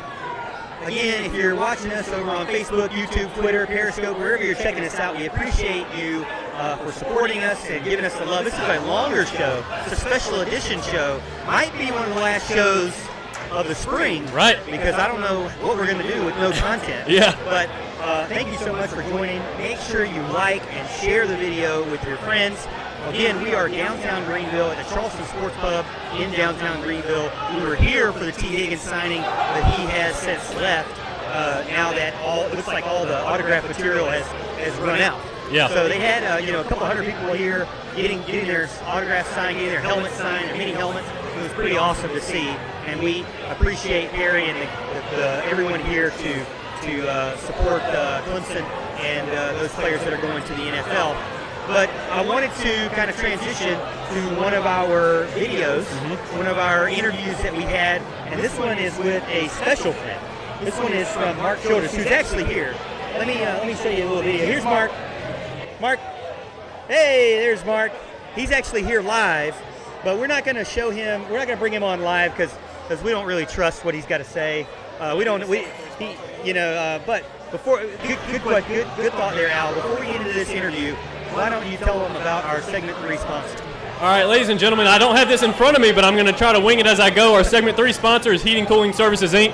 They are family-owned and operated, serving Anderson County and surrounding areas since 1980. They're your heating and cooling commercial comfort expert. All right, anything from preventative maintenance of your home HVAC system to overhauling a commercial chiller or anything in between. If you want to breathe easier and be nice and cool in your home or business this summer, give Heating Cooling Services Inc. a call. You're going to want to get in touch with Mark or Jason Trammell. Their number is 224-7655. Again, I want to say that number is 224-7655. They did work at my house for me. My AC has been running strong ever since. And trust me, I've had plenty of problems with my AC. They came and fixed it once. It's been great since then. So I like to work with good people. Want you to work with good people. I want to have them take care of you. So go tell them Morgan Thomas and Big Al sent you. Yeah, and again, we're going to move over to our pre-recorded interview with me, myself, and Mark Childress earlier today. And he's going to be talking about all things Isaiah Simmons and Tee Higgins. So go check that out right after this. You know, a lot of things are going on with coronavirus. A lot of the sports world has kind of been upended. And I'm hearing rumors that most things outside of professional or sports entertainment wrestling is being canceled until June. Are you hearing the same things, and what's your initial thought on no sports for about 2 months?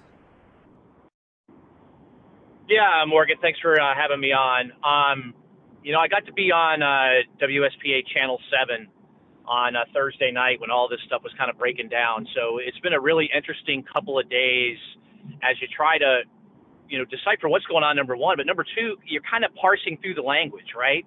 Postponed, canceled. There's all kinds of different things. Can you go back later and uncancel? I think is a good question. So obviously, it's an interesting time. It's one we've never seen before. It's very sad. I mean, if you're a sports fan, I don't want to make light of the seriousness of what we're all facing with the virus, but we're staring down the barrel of 4 weeks, 8 weeks, 12 weeks with no sports at all for the first time in our lives. And for somebody who loves sports as much as I do, just like you, Morgan, it's going to be a big challenge. And for content creators like you and myself, it's going to be a gigantic challenge, right? Because people are still going to want to talk about sports. And without any games being played, it's going to be really interesting and unique. So, my guess and my hope is that we're going to get, 4 weeks into this thing maybe and start putting a path together to resumption of play or the kicking off of play of baseball or something like that. So that's what my hope is that we're getting into the month of May and sports are returning to us as we know it. And the sooner the better, right? Yeah, and a lot of people have asked me about what am I going to do with my show. I look at places like Packer and Durham, and I just saw recently where Mark Packer said that he covers all ACC things, and they're going to go on a break until further notice. So I haven't made a decision. Have you made a decision on whether or not you're going to make a break or take a break? I haven't. I do a number of different things, right? So I'll still be filling in up at Channel 7 on the regular. I'm on next Sunday. I had the Mark Childress show on the Roar Wednesdays 7 to 9. Haven't heard anything official from the Roar yet. I think everybody's kind of trying to figure out what they want to do. And then I am, curating, some other sports-related content that is a little bit more timeless in nature. So I'll probably continue with that. So, I'd like to continue my show. I think a lot of the big sports organizations are taking the week off this week and probably trying to figure out what their plan's going to be going forward. And I just can't imagine that everyone's going to just stop and there'll be no content at all for a while. That doesn't seem like the right course. And, personally, I love doing my show, just like I know you love doing yours. So I would hate to not do it or feel like I can't do it. So my show's a little bit less what's happening right now. And, I have the luxury of only doing it once a week. And I chase, things on the show that I feel like are a little bit longer form topics sometimes, rule changes in football, the effect of technology on the game and things like that. I've got a number of guests that I've been, wanting to have on my show that I could easily have on this Wednesday. And one or two of them I already have set up, right? That it's not about, hey, what's happening this week, but more like, hey, what's going to happen in the future. So that's a really long way of saying I don't have a plan yet, but when I do, I'll let you know. Now, we're here at the Charleston Sports Pub because of Tee Higgins and Isaiah Simmons signing autographs today. And these are two former Clemson Tiger players. It's difficult to say former, but former amazing elite Clemson Tiger players that are now making their way into the next phase of their life, and that is the NFL. Do you feel like that Tee Higgins, let's start with Tee Higgins. Do you feel like that Tee Higgins not performing at the Combine, he mentioned that he didn't feel like he had a big turnaround time because Clemson played so late in the season, and he also had kind of a lingering hamstring issue. Do you feel like him not being at the Combine is a problem? Because I know that just a few weeks later he went to Pro Day, and from what I'm hearing, he did well there. I don't think so. Maybe a decade ago it would have been a bigger impact, but with all the different, pro days and ways to get out there today, I think in the moment when T didn't run and didn't participate, that it was a big deal and kind of caught some traction. But him turning around a couple of weeks later and putting up, not jaw-dropping numbers, but very solid numbers for a guy his size, he helped himself at Pro Day this week. And I think he'll be fine. And, one of the nuances here of all of these delays, Morgan, is, Clemson kind of had an earlier Pro Day, right? A lot of schools haven't had their Pro Day yet. So depending on what the timing of all this is and what they do with the NFL draft, is there a scenario where Clemson's one of the few schools that actually got to showcase their players at a Pro Day? That could end up being a big advantage for Tee Higgins and some of the other Tigers later on, if NFL scouts don't have a chance to go to all these other pro days before the NFL draft. Yeah, and again, we're talking to Mark Childress from WCCP 105.5 The Roar. And I wanted to ask you another thing, Mark, about going to Isaiah Simmons. We talked about Tee Higgins and his pro day and what your thoughts were on that. But about Isaiah Simmons, he did go to the NFL Combine, and some are saying that he had one of the best overall days for any defender in the past 5-10 years. What were your thoughts on that? Obviously he did great in the 40, but sometimes I'm a little skeptical with the 40 because you're not always running full speed in one direction when you're on the football field. What were your thoughts on his overall results? Yeah, if you're a numbers nerd and you're a combine nerd, you could argue that Isaiah Simmons put up a top 15, top 20 combine performance ever. And one of the ones that jumped out to me the most was he has a higher vertical leap and a faster 40-yard dash than Julio Jones. And oh, by the way, he's a little bit taller and 25 pounds heavier. So Isaiah Simmons has been my favorite Tiger to watch the last couple of seasons. And I think, the future will be even kinder to Isaiah and the role he actually played on this defense the last few years. Because when we look back 5-10 years from now, especially when he's a star in the NFL, we'll really realize how unique. I mean, he's a unicorn, right? I mean, we're never going to see a player like him again, and all the impact that he was able to make on the field and all the things that he was able to do. So, you know, is Isaiah also kind of starting to usher in that new era? I mean, it's been an era of offense in the NFL, right? I mean, the numbers are getting crazy. They're throwing the ball more and more. Yards are going up. Scoring is going up. At some point, it's got to start going back in the other direction. And for a defensive coordinator to have a player as unique as Isaiah on their team, he's the kind of guy that can start, you know, blunting, you know, the offensive explosion that's going on in the NFL. Now, you need 6 or 7 of them on a defense to probably really shut it down, but I'm going to be interesting to see over the next few years if we don't start seeing more and more of these big-time uber athletes on the defensive side of the ball that can play multiple positions. You know, it's kind of the secret sauce to starting to shut down these out-of-control offenses in the NFL. Yeah, it's interesting that you mentioned that too, and I like that you brought that up because even in the NFL Combine, in the questions that he was asked to the media or from the media, one of the things was, you know, how do you explain your style of play, or what position do you play? And his first answer was, well, I play defense.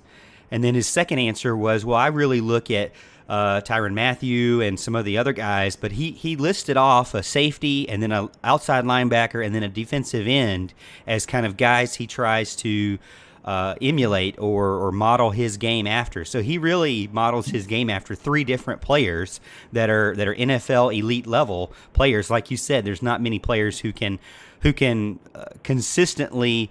I mean, and we saw it against like teams like Texas A&M and teams like Virginia, where he could go and first down play safety, second down play outside linebacker, third down play defensive end, rushing the quarterback to get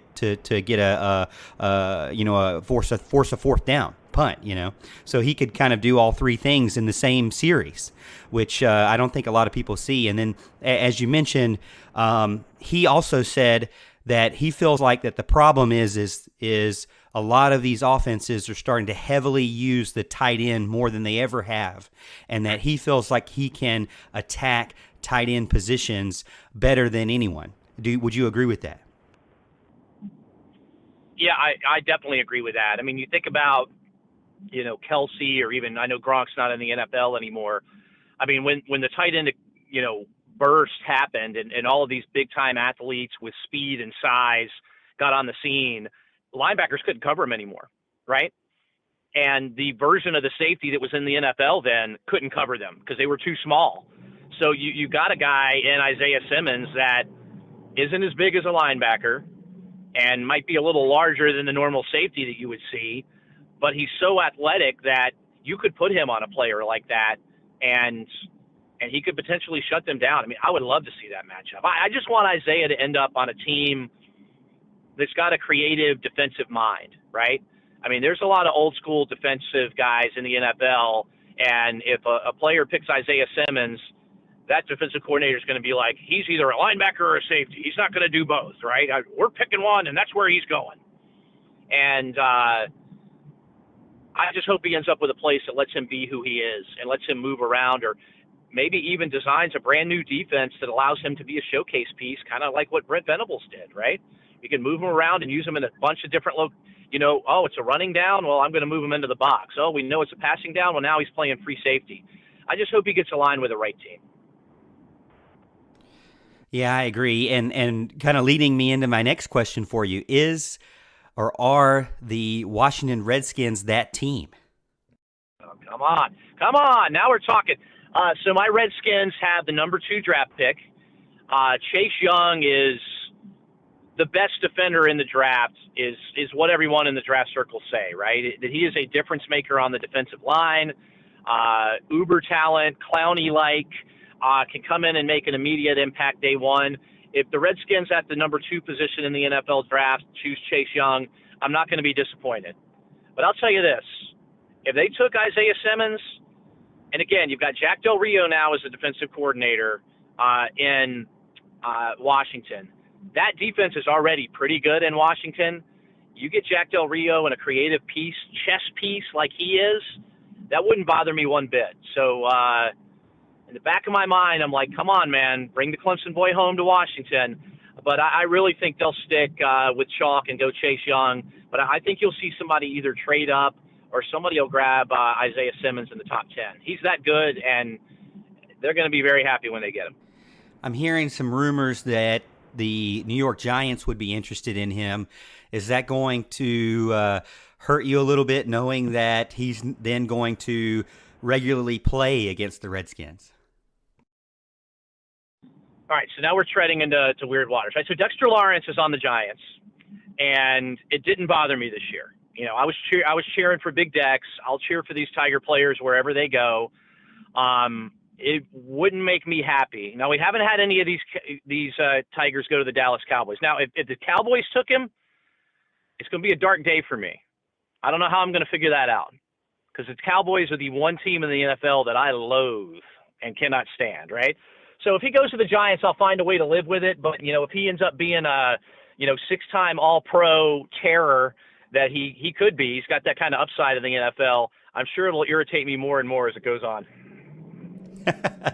Well, you know, I had to. Let's not put can Jacksonville get him? Can Oakland get him? Can just a random team that I don't really, you know, like or dislike get him, and not somebody in the NFC East, please? Well, I Let's wouldn't put be. that out in the world. I wouldn't be surprised if Oakland goes after another Clemson player. You know, considering how many they took last year, it wouldn't surprise me again. But last two questions for you, and I'll let you go. Tee Higgins. Back to Tee Higgins. Do you feel like that he's a first rounder? I know he's kind of some mock drafts. He's low first round or the end of the first round. Some mock drafts he's beginning of the second round.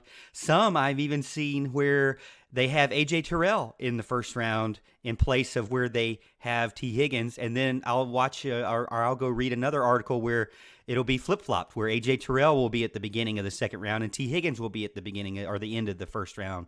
And then there's a lot of rumors about him possibly being a great fit with a young quarterback like Josh Allen at Buffalo. Do you think that Tee Higgins has done what he needed to do to be a first-round draft pick, or what are your thoughts on it?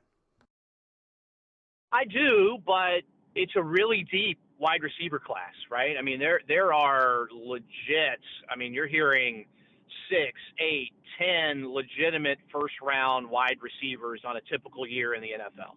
And Tee Higgins is one of those. And I'm not questioning what T's done, and I'm not saying he did the right thing or the wrong thing. You know, in the back of my mind, I was kind of hoping T stuck around another year at Clemson, selfishly, so Clemson could have him for another year. And I don't think the wide receiver class in 2021 is going to be near as deep as this one. So is Tee Higgins a round one talent? Yes. But it's going to come down to how things fall in the draft and what teams really want him, and are they going to bite on him in round one, or does he go in early to mid round two? I mean, I don't think he's dropping past the 50th or 60th pick in the NFL draft, which will be solid money and security for him, and it'll validate the decision that he made. And with guys like this, right, I mean, we were all angry when Deshaun Watson wasn't picked number 1 in the NFL draft, right, or even in the top 5, or even in the top 10. But he ended up being picked by a team in the Texans that were already a pretty good team. And I think that allowed Deshaun to get better faster, right? I mean, do you really want, like, the Cincinnati Bengals to pick Tee Higgins as number 1 pick in the NFL draft? It would be great, but Cincinnati's a terrible football team. They're awful.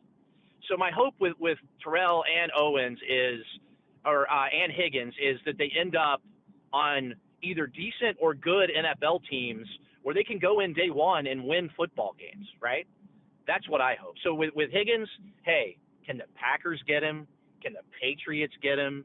Can the Chiefs get him? Can somebody with a really good quarterback that we know Tee Higgins can get separation. We know Tee Higgins can go up and, you know, high point the football and do great things. Can we get him with a quarterback who can get him the football? I'm more interested in that than I am where he lands in the draft. Yeah, and Tee Higgins said the same thing, that he doesn't really care where he goes as long as he can contribute and make a difference for that team. And I think that's kind of what Dabo Swinney has developed in his players. You know, you get when you interview these players, you get a lot of the same responses, and I think it's because of that structure and that leadership and that example that the Tigers have passed on, and that professionalism that the Tigers have pushed on to these players, and they're willing to do whatever they need to do to make the team better and not focus so much on themselves, even though they're uber elite players. Going back to Dabo Swinney and development, and this is my last question for you before I let you go, but Swinney had 109, or he said that he had 109 of his players since he's been a head coach get the opportunity to play in the NFL, whether it be practice squad or what, or higher. 80% have made it. And, it's not for long is what Dabo also says. The NFL stands for not for long. And there's not a lot of players who get that opportunity. When you look back over the last decade of Dabo Swinney, did you ever imagine that this team would be where it's at right now, putting so many players into the NFL draft? Dabo says now that he has a good feeling that the previous year they had about 10 players get onto a team. This year he feels like he's very confident that 10 players will get on a team. And then he even feels like maybe next year that he has 10 guys that are going to be ready to get on NFL teams. So 10 players a year to have the opportunity to play professionally is kind of unheard of. What are your thoughts on it?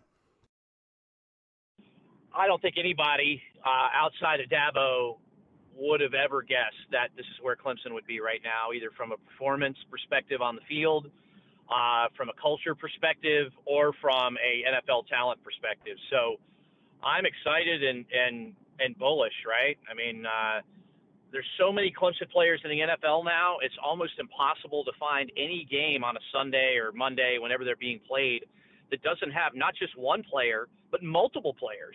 And then you'd have games like the Chiefs and Texans playing last year, where there were, 6, 7, 8 guys legitimately on the field almost every play from Clemson. That just really makes me happy knowing that, number one, and the future's bright, right? I mean, if these recruits that are coming in here for 2020 are even close to the level that we are pretty sure that they already are, I mean, there are 4 or 5 guys that are starting to play at Clemson, in September this year, that are more than likely going to be an NFL draft or going to be NFL players. And to be honest with you, if there wasn't, the play 3 years out of high school rule, there's some guys that might get drafted this year, right? Would be drafted now, that are either playing on the team or coming in as freshmen. So future's bright, best is yet to come. We just think the NFL is chock full of Clemson players now. I'm just wondering 6, 7 years from now, it's going to be insane how many players there are. Yeah, I know growing up, looking at some of the rosters and getting some of the NFL football cards, that it seemed like there was a ton of those Alabamas and Oklahomas and Southern California type players where they were listed from their hometown and from their college. I don't think that football cards are popular as much as they used to be when I was a kid, but if you look at them, you probably see a lot of Clemson players or a lot of players with Clemson as their hometown, or even players who are nowhere near Clemson who have Clemson listed as their college of choice. And that includes Isaiah Simmons, who mentioned, hey, he didn't even know Clemson. He didn't know what it was about or who it was until he got offered from Kansas, and then Brent Venables came and offered him after that. And then he decided to give it a shot. And now we're seeing players from all over the nation, even as far as California. Maybe even one day we'll have an Alaskan and a Hawaiian player on the team. I know we already had a Hawaiian player in Pagano, but Dabo is not staying within the state boundaries, that's for sure. And players from all over are wanting to play with Clemson, and it's exciting to see. And I'm looking forward to the next the roaring 20s, as Dabo Swinney says. But Mark, thank you so much for coming on the show and talking about the NFL draft, talking about the 2 players that we have here, and also giving us some insight on what your plans are with all the terrible virus stuff that's going on. Hope everyone stays safe. And Mark, let us know what you got coming up. I know you just finished up doing a show today with the Roar, but let us know where my friends and followers can catch you. Yeah, the Mark Childress Show will now be every Wednesday night from 7 to 9 going forward, unless something weird happens and something changes. Also, a week from tomorrow, next Sunday, you'll see me on WSPA Channel 7 doing the sports on there, 6, 7, 10, and 11. And as always, Mr. Thomas, an honor to be on here with you, man. Thanks.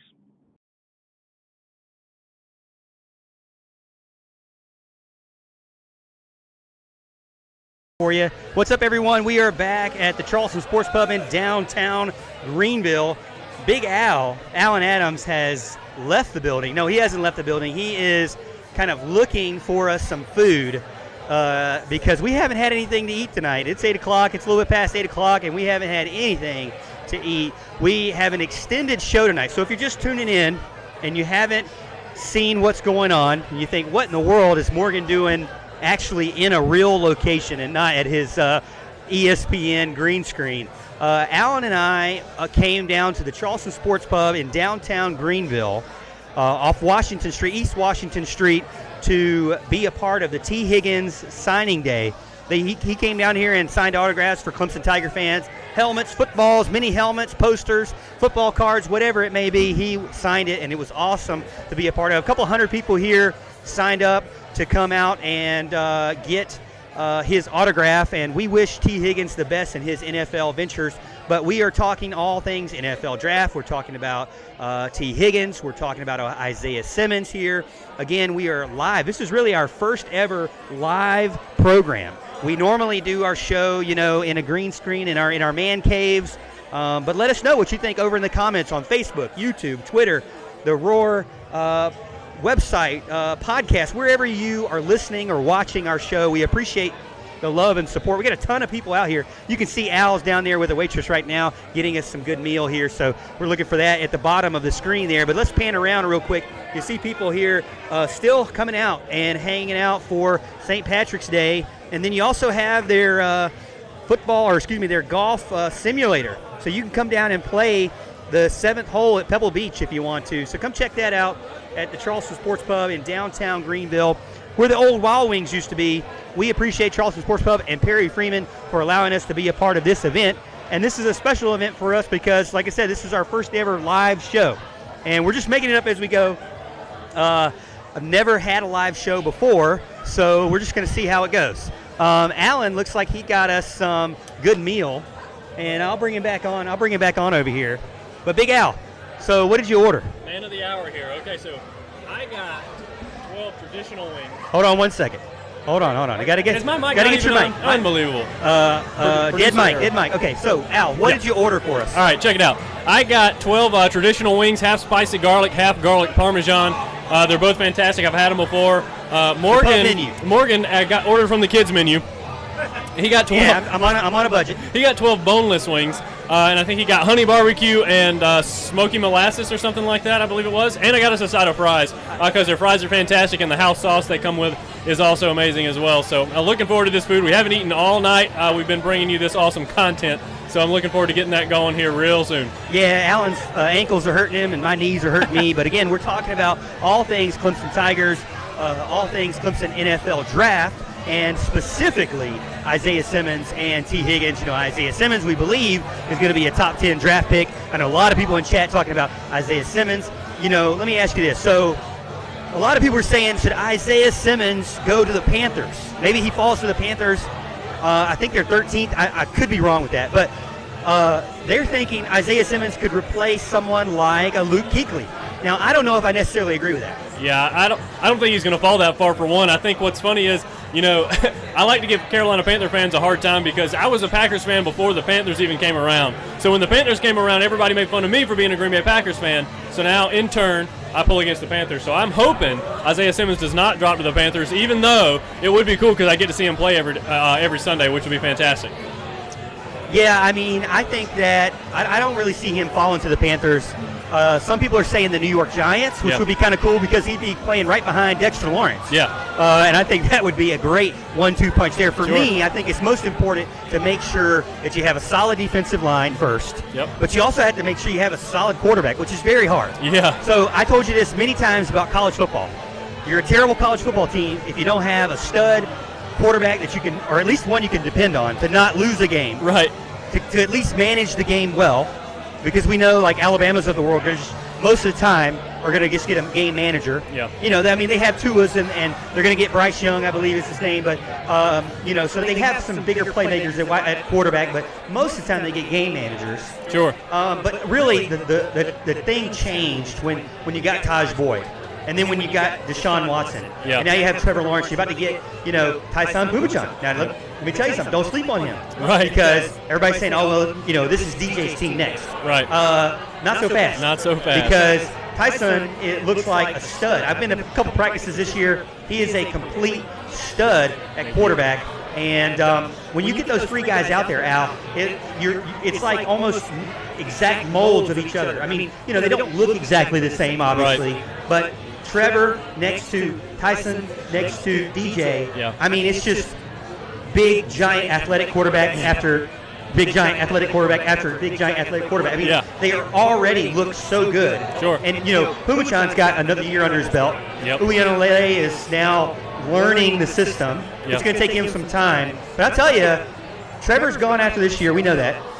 Trevor would be gone this year if they let sophomores go.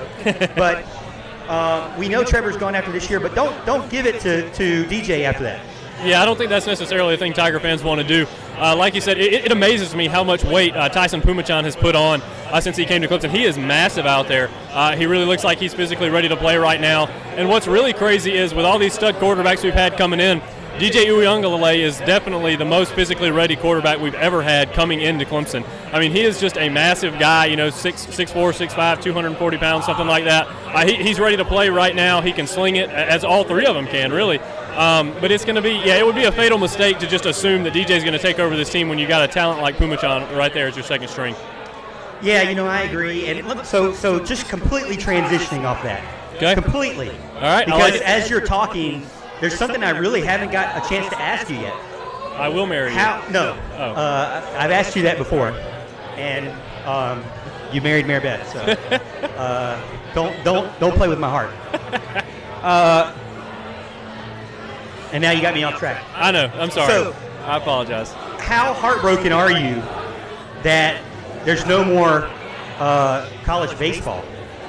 Because you're my baseball guy. You're my head beat writer. You're my head beat sports talker for baseball. I mean, you are the biggest Keir Meredith, Davis Sharp, Sam Weatherly, Homer. You were loving this season, and I loved our last show. Yeah. If you didn't have a chance to check it out, go check it out on YouTube at one of our live show replays, or just check out our clip of just the baseball section over on our YouTube channel, The Morgan Thomas Show on YouTube. But, man, I mean, I'm telling you, that last show we talked about baseball, you told me all kinds of stuff about, weekends versus weekday games. And, I mean, I learned so much, and then now it's gone. I've always promised I was never going to cry on the show, and I'm going to do my best not to now. But baseball has been, in my heart since I was little. Obviously, I've played, ever since I was a youngster, and just absolutely love to play, love the game. And I mean, now, combining my two favorite things, baseball and Clemson, okay? So that's where Clemson baseball comes in. That's why I'm so passionate about it. That's why I love watching it so much. Hey, even when it's painful to watch, and trust me, I've seen plenty of games that have been painful to watch, especially with the, the offensive struggles that Clemson has had this year. They can't get out of a regional. Those are all bad things, and I still cannot get enough of those games. I mean, a game is 3.5 hours long, and I will watch every minute of it. You can ask my wife. She probably doesn't appreciate it, but I do. I absolutely love it. I mean, it's a good excuse to get out in the gym and do whatever I need to do.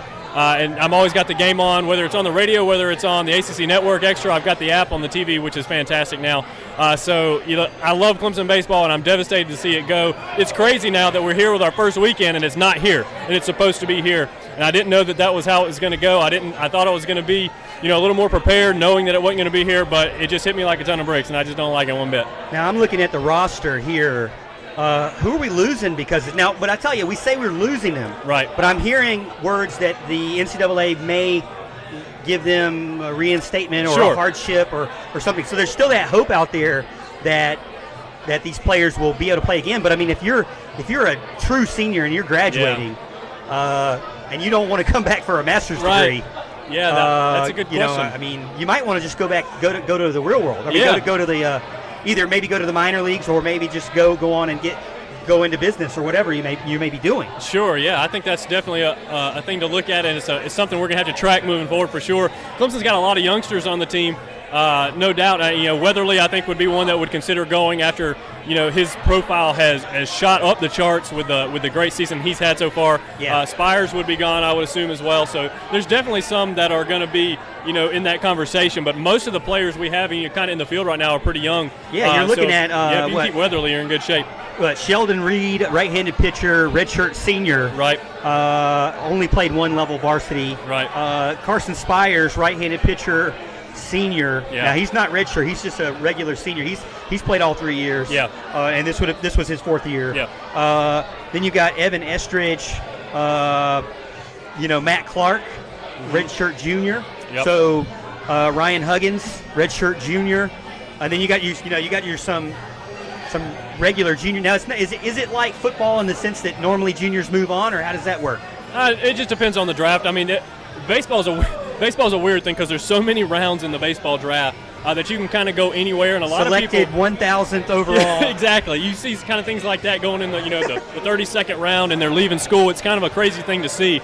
But don't they even draft like actual high school? Yeah, that's right. High school junior. They're drafting high school players and college players, so there's a mix and match thing going on there.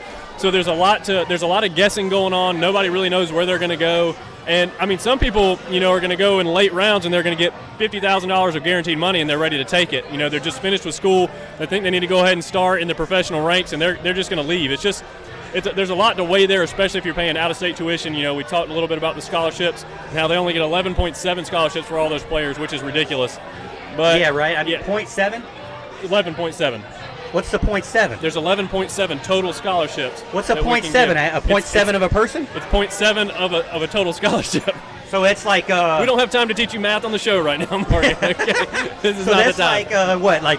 like one or two English classes and we're done? Dude, it's crazy, man. The way they split these things up, baseball, they've got to figure something out there. It's just it's a pain. I wish it wasn't that way. It's one of the reasons I think Clemson has a little bit difficult time recruiting, because they don't have a special endowment in some things, private funds that can be used for scholarships like other teams do. But, it's just kind of the way it is right now. So losing some players to the draft is inevitable. You just don't know who those players are going to be necessarily. And going back to what we're most upset about, I'm upset about my girls, man. Yeah. Because, it really breaks my heart when you say the inaugural season was ended early. Yeah. Not only that, this team was like 5-1 or what, something ACC, like that in the ACC. Mm-hmm. I'm talking about the girls softball team. Yeah. They're also like the baseball team in the sense that they don't have a ton of seniors. Right. I'm looking at the roster now. Obviously, my girl, first baseman, MK Bonamy, she transferred from, and a lot of these, as you can see on this list here, a lot of, well, y'all can't see this, but a lot of transfers are the older players, right? The more experienced players, we'll say. So these players are players that came from other teams because Clemson didn't have one. Yeah. But MK Bonamy, she was a first baseman and big-time player, awesome player. Yeah. And I don't think she's going to come back. She's a redshirt senior. I wouldn't assume she would come back.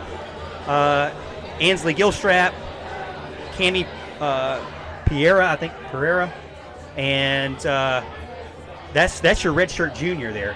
So really, but then you only have 3 juniors after that: Marissa Gombarda, Bailey Taylor, and Grace Mattimore. I would expect those 3 players come back, probably, and play the second year of Clemson Tigers. Team 2, but it really breaks my heart for Team 1, and then for that team to then lose players that I mean, I'll tell you one thing. I said it at the beginning of the show. It is kind of weird that you see things canceled in like June. Yeah. In July. I mean, come on. They've already played at least 10 games. Right.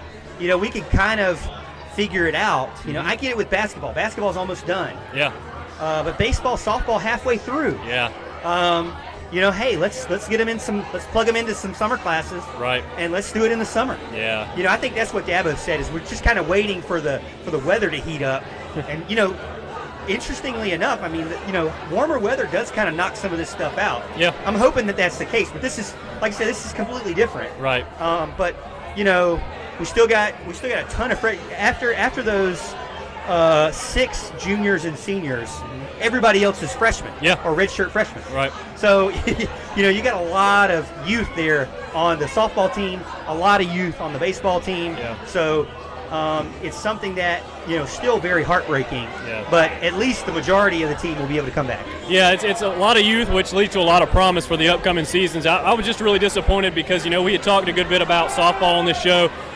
We talked about Clemson needing a team for a long time. They finally got it. Not only do they have it, but they're over-exceeding expectations by a mile. I mean, everybody is really impressed with what they've been able to do. They're 5-1 in the league. I mean, they're just on a real hot streak, and this is just it's really devastating to see that this is the inaugural season. I think Clemson was about to accomplish something that no other. Oh, they were going to win it all. Exactly, that's what we were hoping for, right? They're going to win it all. The girls were going to win it all. I mean, it just sucks. It's just kind of one of those things. It's heartbreaking. It's just kind of. It's something you got to look at and look forward to next season. Hopefully that they do the right thing and let these girls come back, and hopefully most of them decide to, and they can kind of finish what they started next year. And in that situation, I'm thinking in a baseball or softball setting, we can play with no fans. Sure. Now absolutely. basketball, I refuse. Yeah.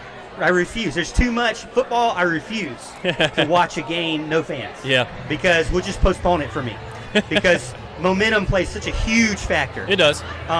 The crowd's loud at Braves games, but that doesn't always mean they're about to hit a home run. Right. And sometimes that actually hurts the batter because they get so much pressure up there, even though they're professionals. Yeah. But I'm saying you could still play softball games with no fans. Now, there's a lot more involved because one thing I've learned this year is that just how many people are behind the scenes just to get the team on the field. Sure. So you say, there's only 5 players on the court, or there's only 12 players on the basketball team, or there's only whatever.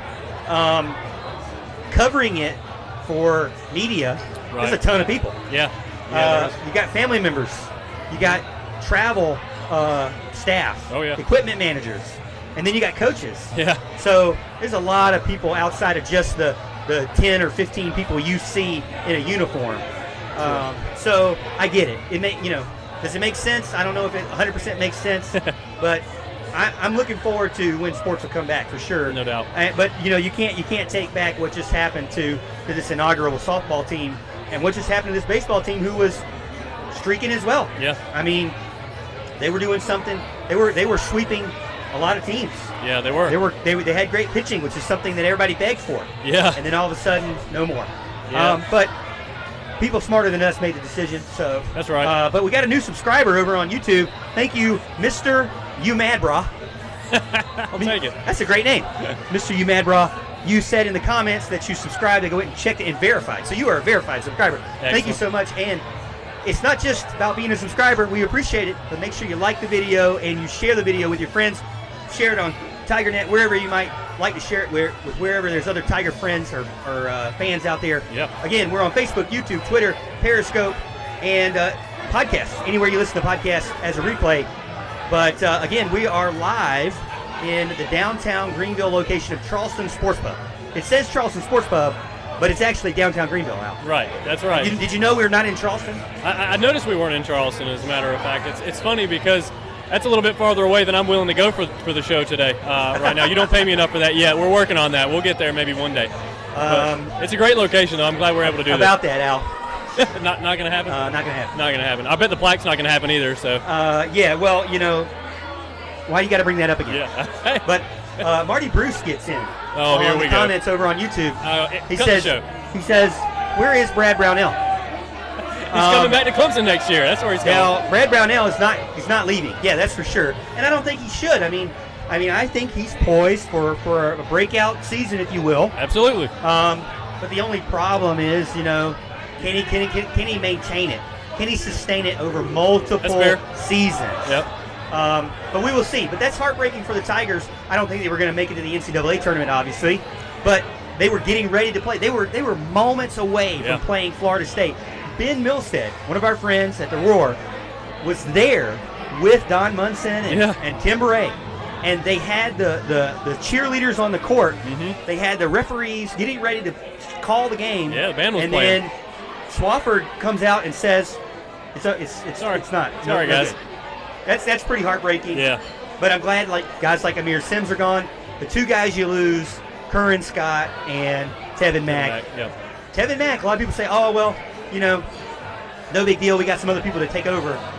You know, when Tevin Mack was on, yeah, I don't know if we got somebody to replace that. Yeah. Now, he wasn't always on. Right. But when he was on, he was good. Yeah, I agree. I actually was talking to Marty about this just the other day, I think, and I said, look, you know, losing Tevin Mack is a big deal for 50% of the games because he was hot about every other game, it seemed like, you know. Well, 50% of the season. Yeah, right, exactly. Yeah, he was fantastic when he was shooting well, but those times he was, you know, trying to shoot out of a slump was a little rough. But hey, you know, I think we got so much coming back. I think we have so much promise. The recruits are fantastic. You see Olivier Maxence Prosper, he's done great. His highlights are awesome, and PJ Hall as well, you know, an in-state kid. So we got a lot to look forward to with Clemson basketball, and I'm really hoping that we're going to be able to do some good things next year for sure. Now, have you watched video on those guys, the Prosper and PJ Hall? Not yet. I actually watched a little bit. I watched a little bit with Hall, but not enough to say what I need to say on him. So I'll do some more in-depth analysis with him as we're going along. You know, Marty, we're just about to ban you, my man. You're going to sit here and talk junk about Allen like that. How dare you talk junk about that? You know, if you don't know, Marty Bruce is one of our good friends. So, Marty, thank you for getting in on the show, my friend. And thank you so much. If you're watching over on YouTube, make sure you give the video a like and give it a share and let other Tiger fans know. We're going to try to continue the show as much as we can throughout the rest of this dead period. Yep. You call it no different than recruiting. Yeah. Just got a recruiting dead period. Right, exactly. But, you know, we're going to try to continue the show. We got some ideas that we might do. But again, we're here at Downtown Greenville location in Charleston Sports Pub, and we're waiting on our meal. Once we get our meal, Al, I think it's time to say goodbye. I'm out. Yeah, absolutely. So we're going to give it a few minutes. We're waiting on our meal. We got some fans here.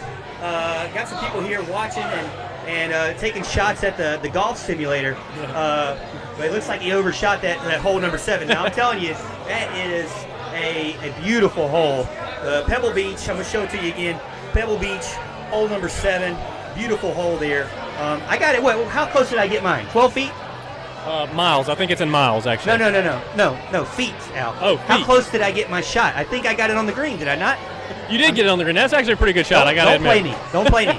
Mark Childress said that I look good. You did look good. You always look good. My follow-through is one of a god, a Greek god. Oh, absolutely. You know, you could make a statue of that. Oh, there it is. I think our meal is here. Later. Yeah, look at that. So we got live video here of our meal being delivered. We really appreciate it from the Charleston Sports Pub staffs, Harry Freeman. Let's thank everyone before we let everybody go. Hey, we even got a special after show video. So if you missed any of the live show, you can check out our replay over on our Facebook channel, over on our YouTube channel. If you missed the show, you can check it out. This is a special show from Charleston Sports Pub. But we also have post-show videos with Ellis Tolbert. I did a exclusive one-on-one interview with Ellis Tolbert talking about all things NFL draft, talking about all things first-round draft, talking about specifically Tee Higgins, Isaiah Simmons.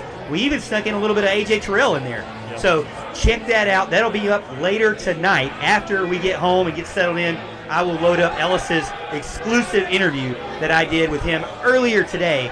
But we're going to end the live show now. Al, who do we need to thank before we head out of here? We really need to thank everybody, but hey, Perry Freeman is first and foremost. You know, he does an awesome job. This place is blown up. Charleston Sports Pub is everywhere. He's got like 6 locations, okay? And I'm glad he finally moved into our area in Clemson and Greenville, so that is good stuff. We also want to thank all of our sponsors, Black's Tire, Tiger Sports Shop, and Heating Cooling Services, Inc.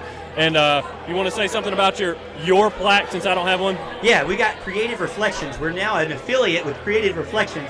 You've seen this. It's a new cold cast resin replica of the Clemson graduation ring, or Clemson, what do you call it, class ring. Yeah. Yeah, and so it's the front face of the Clemson class ring, and you can get it customized to whatever year you graduated or whatever year one of your Clemson loved ones graduated. I got 2018, and it's not cheap plastic.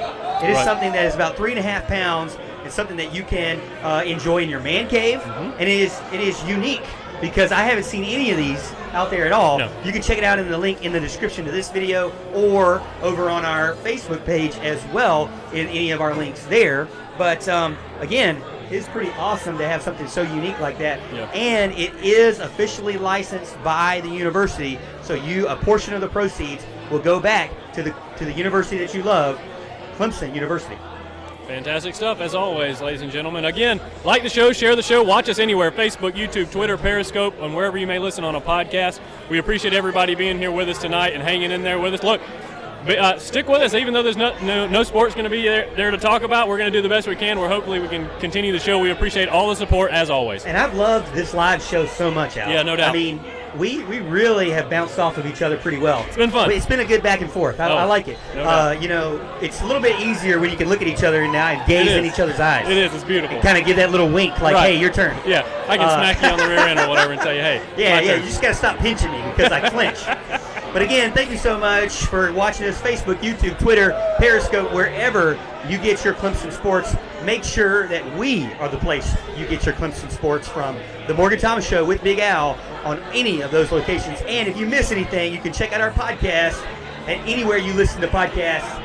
This is the Morgan Thomas Show. I am host and producer, Morgan Thomas. And I'm your co-host, Big Al. And we'll see you, Tiger fans, at the top of the hill.